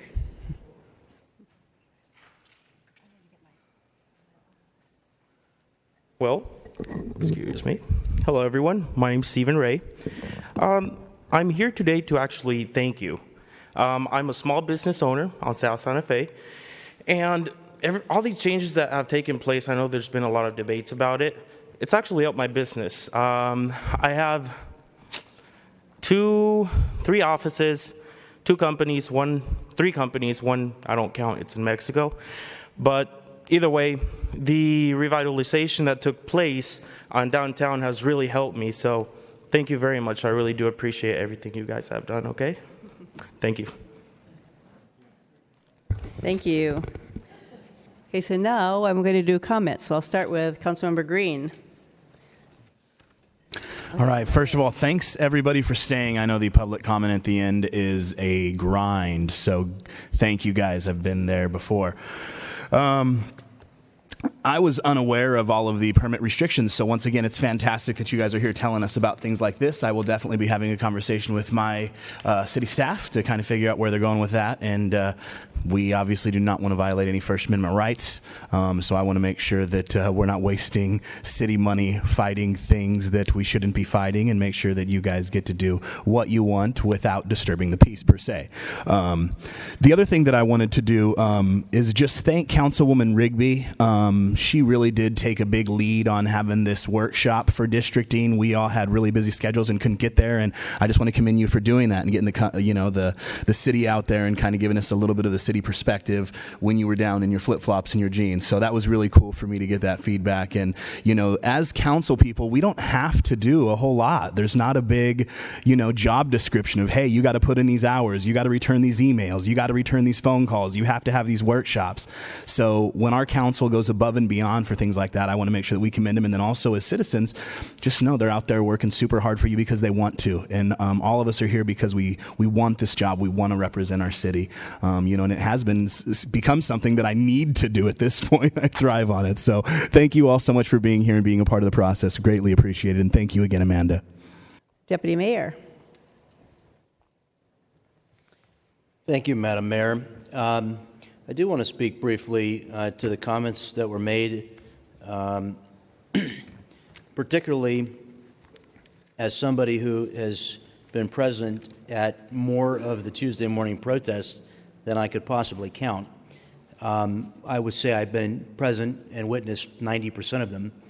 I just want to say that, I think the city attorney's office, who I think ultimately is responsible for these decisions, is not an easy one. The city attorney, I think, has done a good job balancing competing rights. In fact, there is a retired firefighter from Orange County, Harvey Bolts, owns the building at 1800 Thibodeau Road. Mr. Bolts is concerned about protecting his right to the enjoyment of his property and the ability to continue. It's a revenue source for him. It's what he's invested, I think, almost probably his entire retirement in. He's an honorable public servant, and he too is a citizen. He too is a participant in our democracy.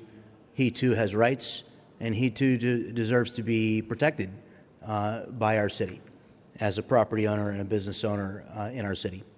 So I appreciate that the staff's job is not an easy one, balancing rights when they do conflict and compete. The reality is, though, that you read any Supreme Court law on the Bill of Rights and you'll quickly discover that there are many cases where one man's rights compete with another woman's or vice versa. So, excuse me, I listen with respect to your comments, and I appreciate that you do the same.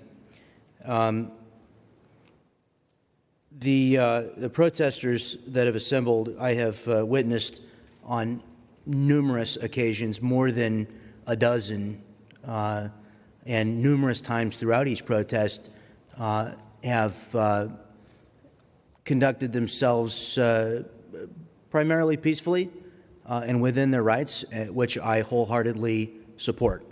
At no time have I ever taken a point of view in opposition to anybody's right to their First Amendment right. However, before the permit restrictions, it was a frequent and almost without exception occurrence that there would be individuals in the roadway itself. Traffic was frequently impeded. In some cases, cars were parked in the actual roadway. Deputies had to ask folks to move their cars out of the roadway, and I appreciate the fact that the organizers have done a good job of preventing a repeat of that. But the reality is there are some very real safety concerns that the city has a compelling interest in protecting people, not only motorists, but individuals who are standing in the roadway. I could go on and on about this issue, but it is, in my opinion, extremely important to make the point that there are other rights that are to be considered and that also are protected by the Bill of Rights.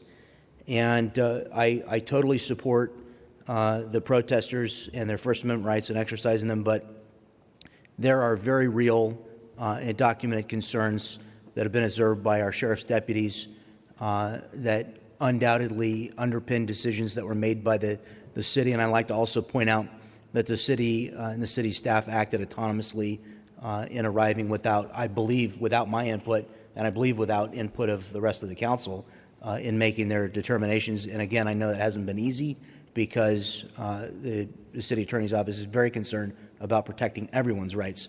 So that's really all I have to say at this time. But I didn't want the council to be misled or confused about whether or not, in fact, there were real and compelling interests to protect the rights and public safety, and that there were very real and compelling reasons that city staff in my estimation and observation, arrived at the decisions that they did. And I certainly know that the city attorney's office is reviewing correspondence it received, making demands. I wait with interest to hear what the decision will be. Not being an attorney myself, I'm not endeavoring to provide any guidance. I am letting our excellent city attorney, who is very well qualified in this area, make these decisions and inform me what they are. And I appreciate your good work. Thank you. Thank you. Councilmember Rigby. Thank you, Madam Mayor. I just want to reiterate what I said earlier, thanking everybody for being here tonight, and thank you all for still being here at the very end of it and letting us hear what your voices are, what your thoughts are. I appreciate you coming out and doing that. I also want to just say thank you again to people who came out to the workshop, who participated in the drafts of the district maps, and I know Cipriano Vargas, you're still here. He attended the workshop. A lot of good input there. Thank you very much. And the only other thing I do want to report out from a meeting, I don't know if we're going to go back down the line, but I'll just do it now. Last week I was up in Sacramento for the policy committee meeting for the Revenue and Taxation. And the biggest conversation that we had at that meeting was on Uber and Lyft drivers, and they have been classified as independent contractors from Uber company and Lyft company. And as independent contractors, the state legislators see that as another source of revenue, and they're looking at the best way possible to tax through business taxes the Lyft drivers and the Uber drivers. So there was no vote taken. There was just discussion on how that process is going to evolve. And the other thing that we talked about was about the state employees' unfunded liability pension, and they're trying to find ways to pay that off. They think they have a way to pay it. That's going to be proposed next week and unveiled next week. So we'll have a conversation on that later. And then next week I'm going to be heading up to Monterey for the Mayor and Council Members Forum, which is an open forum and discussion for mayors and council members from the state to come together, talk about issues that are facing our cities, just kind of have that conversation, see what's working for our different cities, what's not working for different cities. So at the next meeting, I'll probably report out on what my takeaway from that is. So thank you very much. I hope people will go see Aida. I'm looking forward to it tomorrow night. So. Councilmember Aguilera. Thank you, Madam Mayor. I, too, want to reiterate and thank everybody for being part of the process. The only thing I really want to say is I want to encourage staff to look into this issue. I think the city manager and I have already had that discussion. So please look at this. We'll discuss it, and I'd like to be involved in those conversations as well. Thank you. I would also like to thank everybody who stayed. You guys stuck it out for a long time tonight, so thank you for staying, and thank you for your comments. It's good to hear you, and I appreciate your First Amendment rights, and I get it. So thank you for staying. I have a few little announcements here. The Moonlight kicks off its summer season tomorrow, June 14th, with a Broadway production of Aida. So ticket information is available at moonlightstage.com, and if you've never been to the Moonlight, it's really a great place to go. So they have great shows there. It's outdoor theater, so you can bring your food and have a picnic and bring kids, and it's a fun night. Celebrate Father's Day at the Wave Water Park this Sunday, June 18th. Dads get in free with a paid child's ticket. So check in online at thewavewaterpark.com for more information on that one. The Vista Village Business Association is hosting its 9th annual outdoor food festival, the Taste of Vista, next week. It's next Wednesday downtown. June 21st. The Taste showcases more than 25 restaurants and 15 breweries and wineries. So ticket information is online at vvba.org. Children and toddlers can enjoy a story read by a Vista Sheriff's deputy and sit in a police cruiser. You can meet and greet the deputies on Thursday, June 22nd at 11 at the Vista Library. And for more information, you can contact the library at 760-643-5100, and a happy Father's Day to all the fathers out there. So I hope you have a great weekend, and I will turn it over to our city manager. Thank you, Mayor. I just want to let everybody know that the Palomar College photography students are presenting Enlightened Lens, which is outside in the chambers. That was the reception going on before the meeting. That will run through August 4th, and some of the artwork will be on sale after the exhibit is over. We are holding our Movies in the Park this summer, starting on Saturday night with Star Wars Rogue One at Buena Vista Park Ball Fields. That'll be at 8 p.m. or dusk thereafter that the movies will start.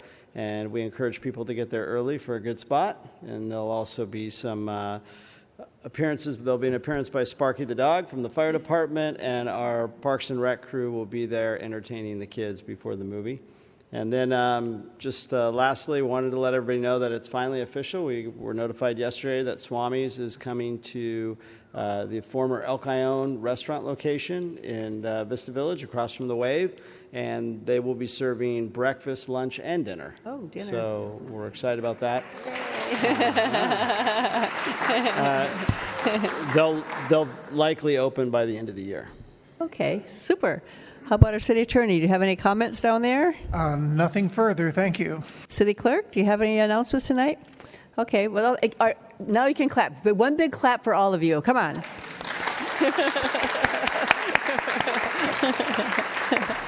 Thank you, thank you. Thank you for being so polite to all of us. We appreciate it. And our meeting's adjourned.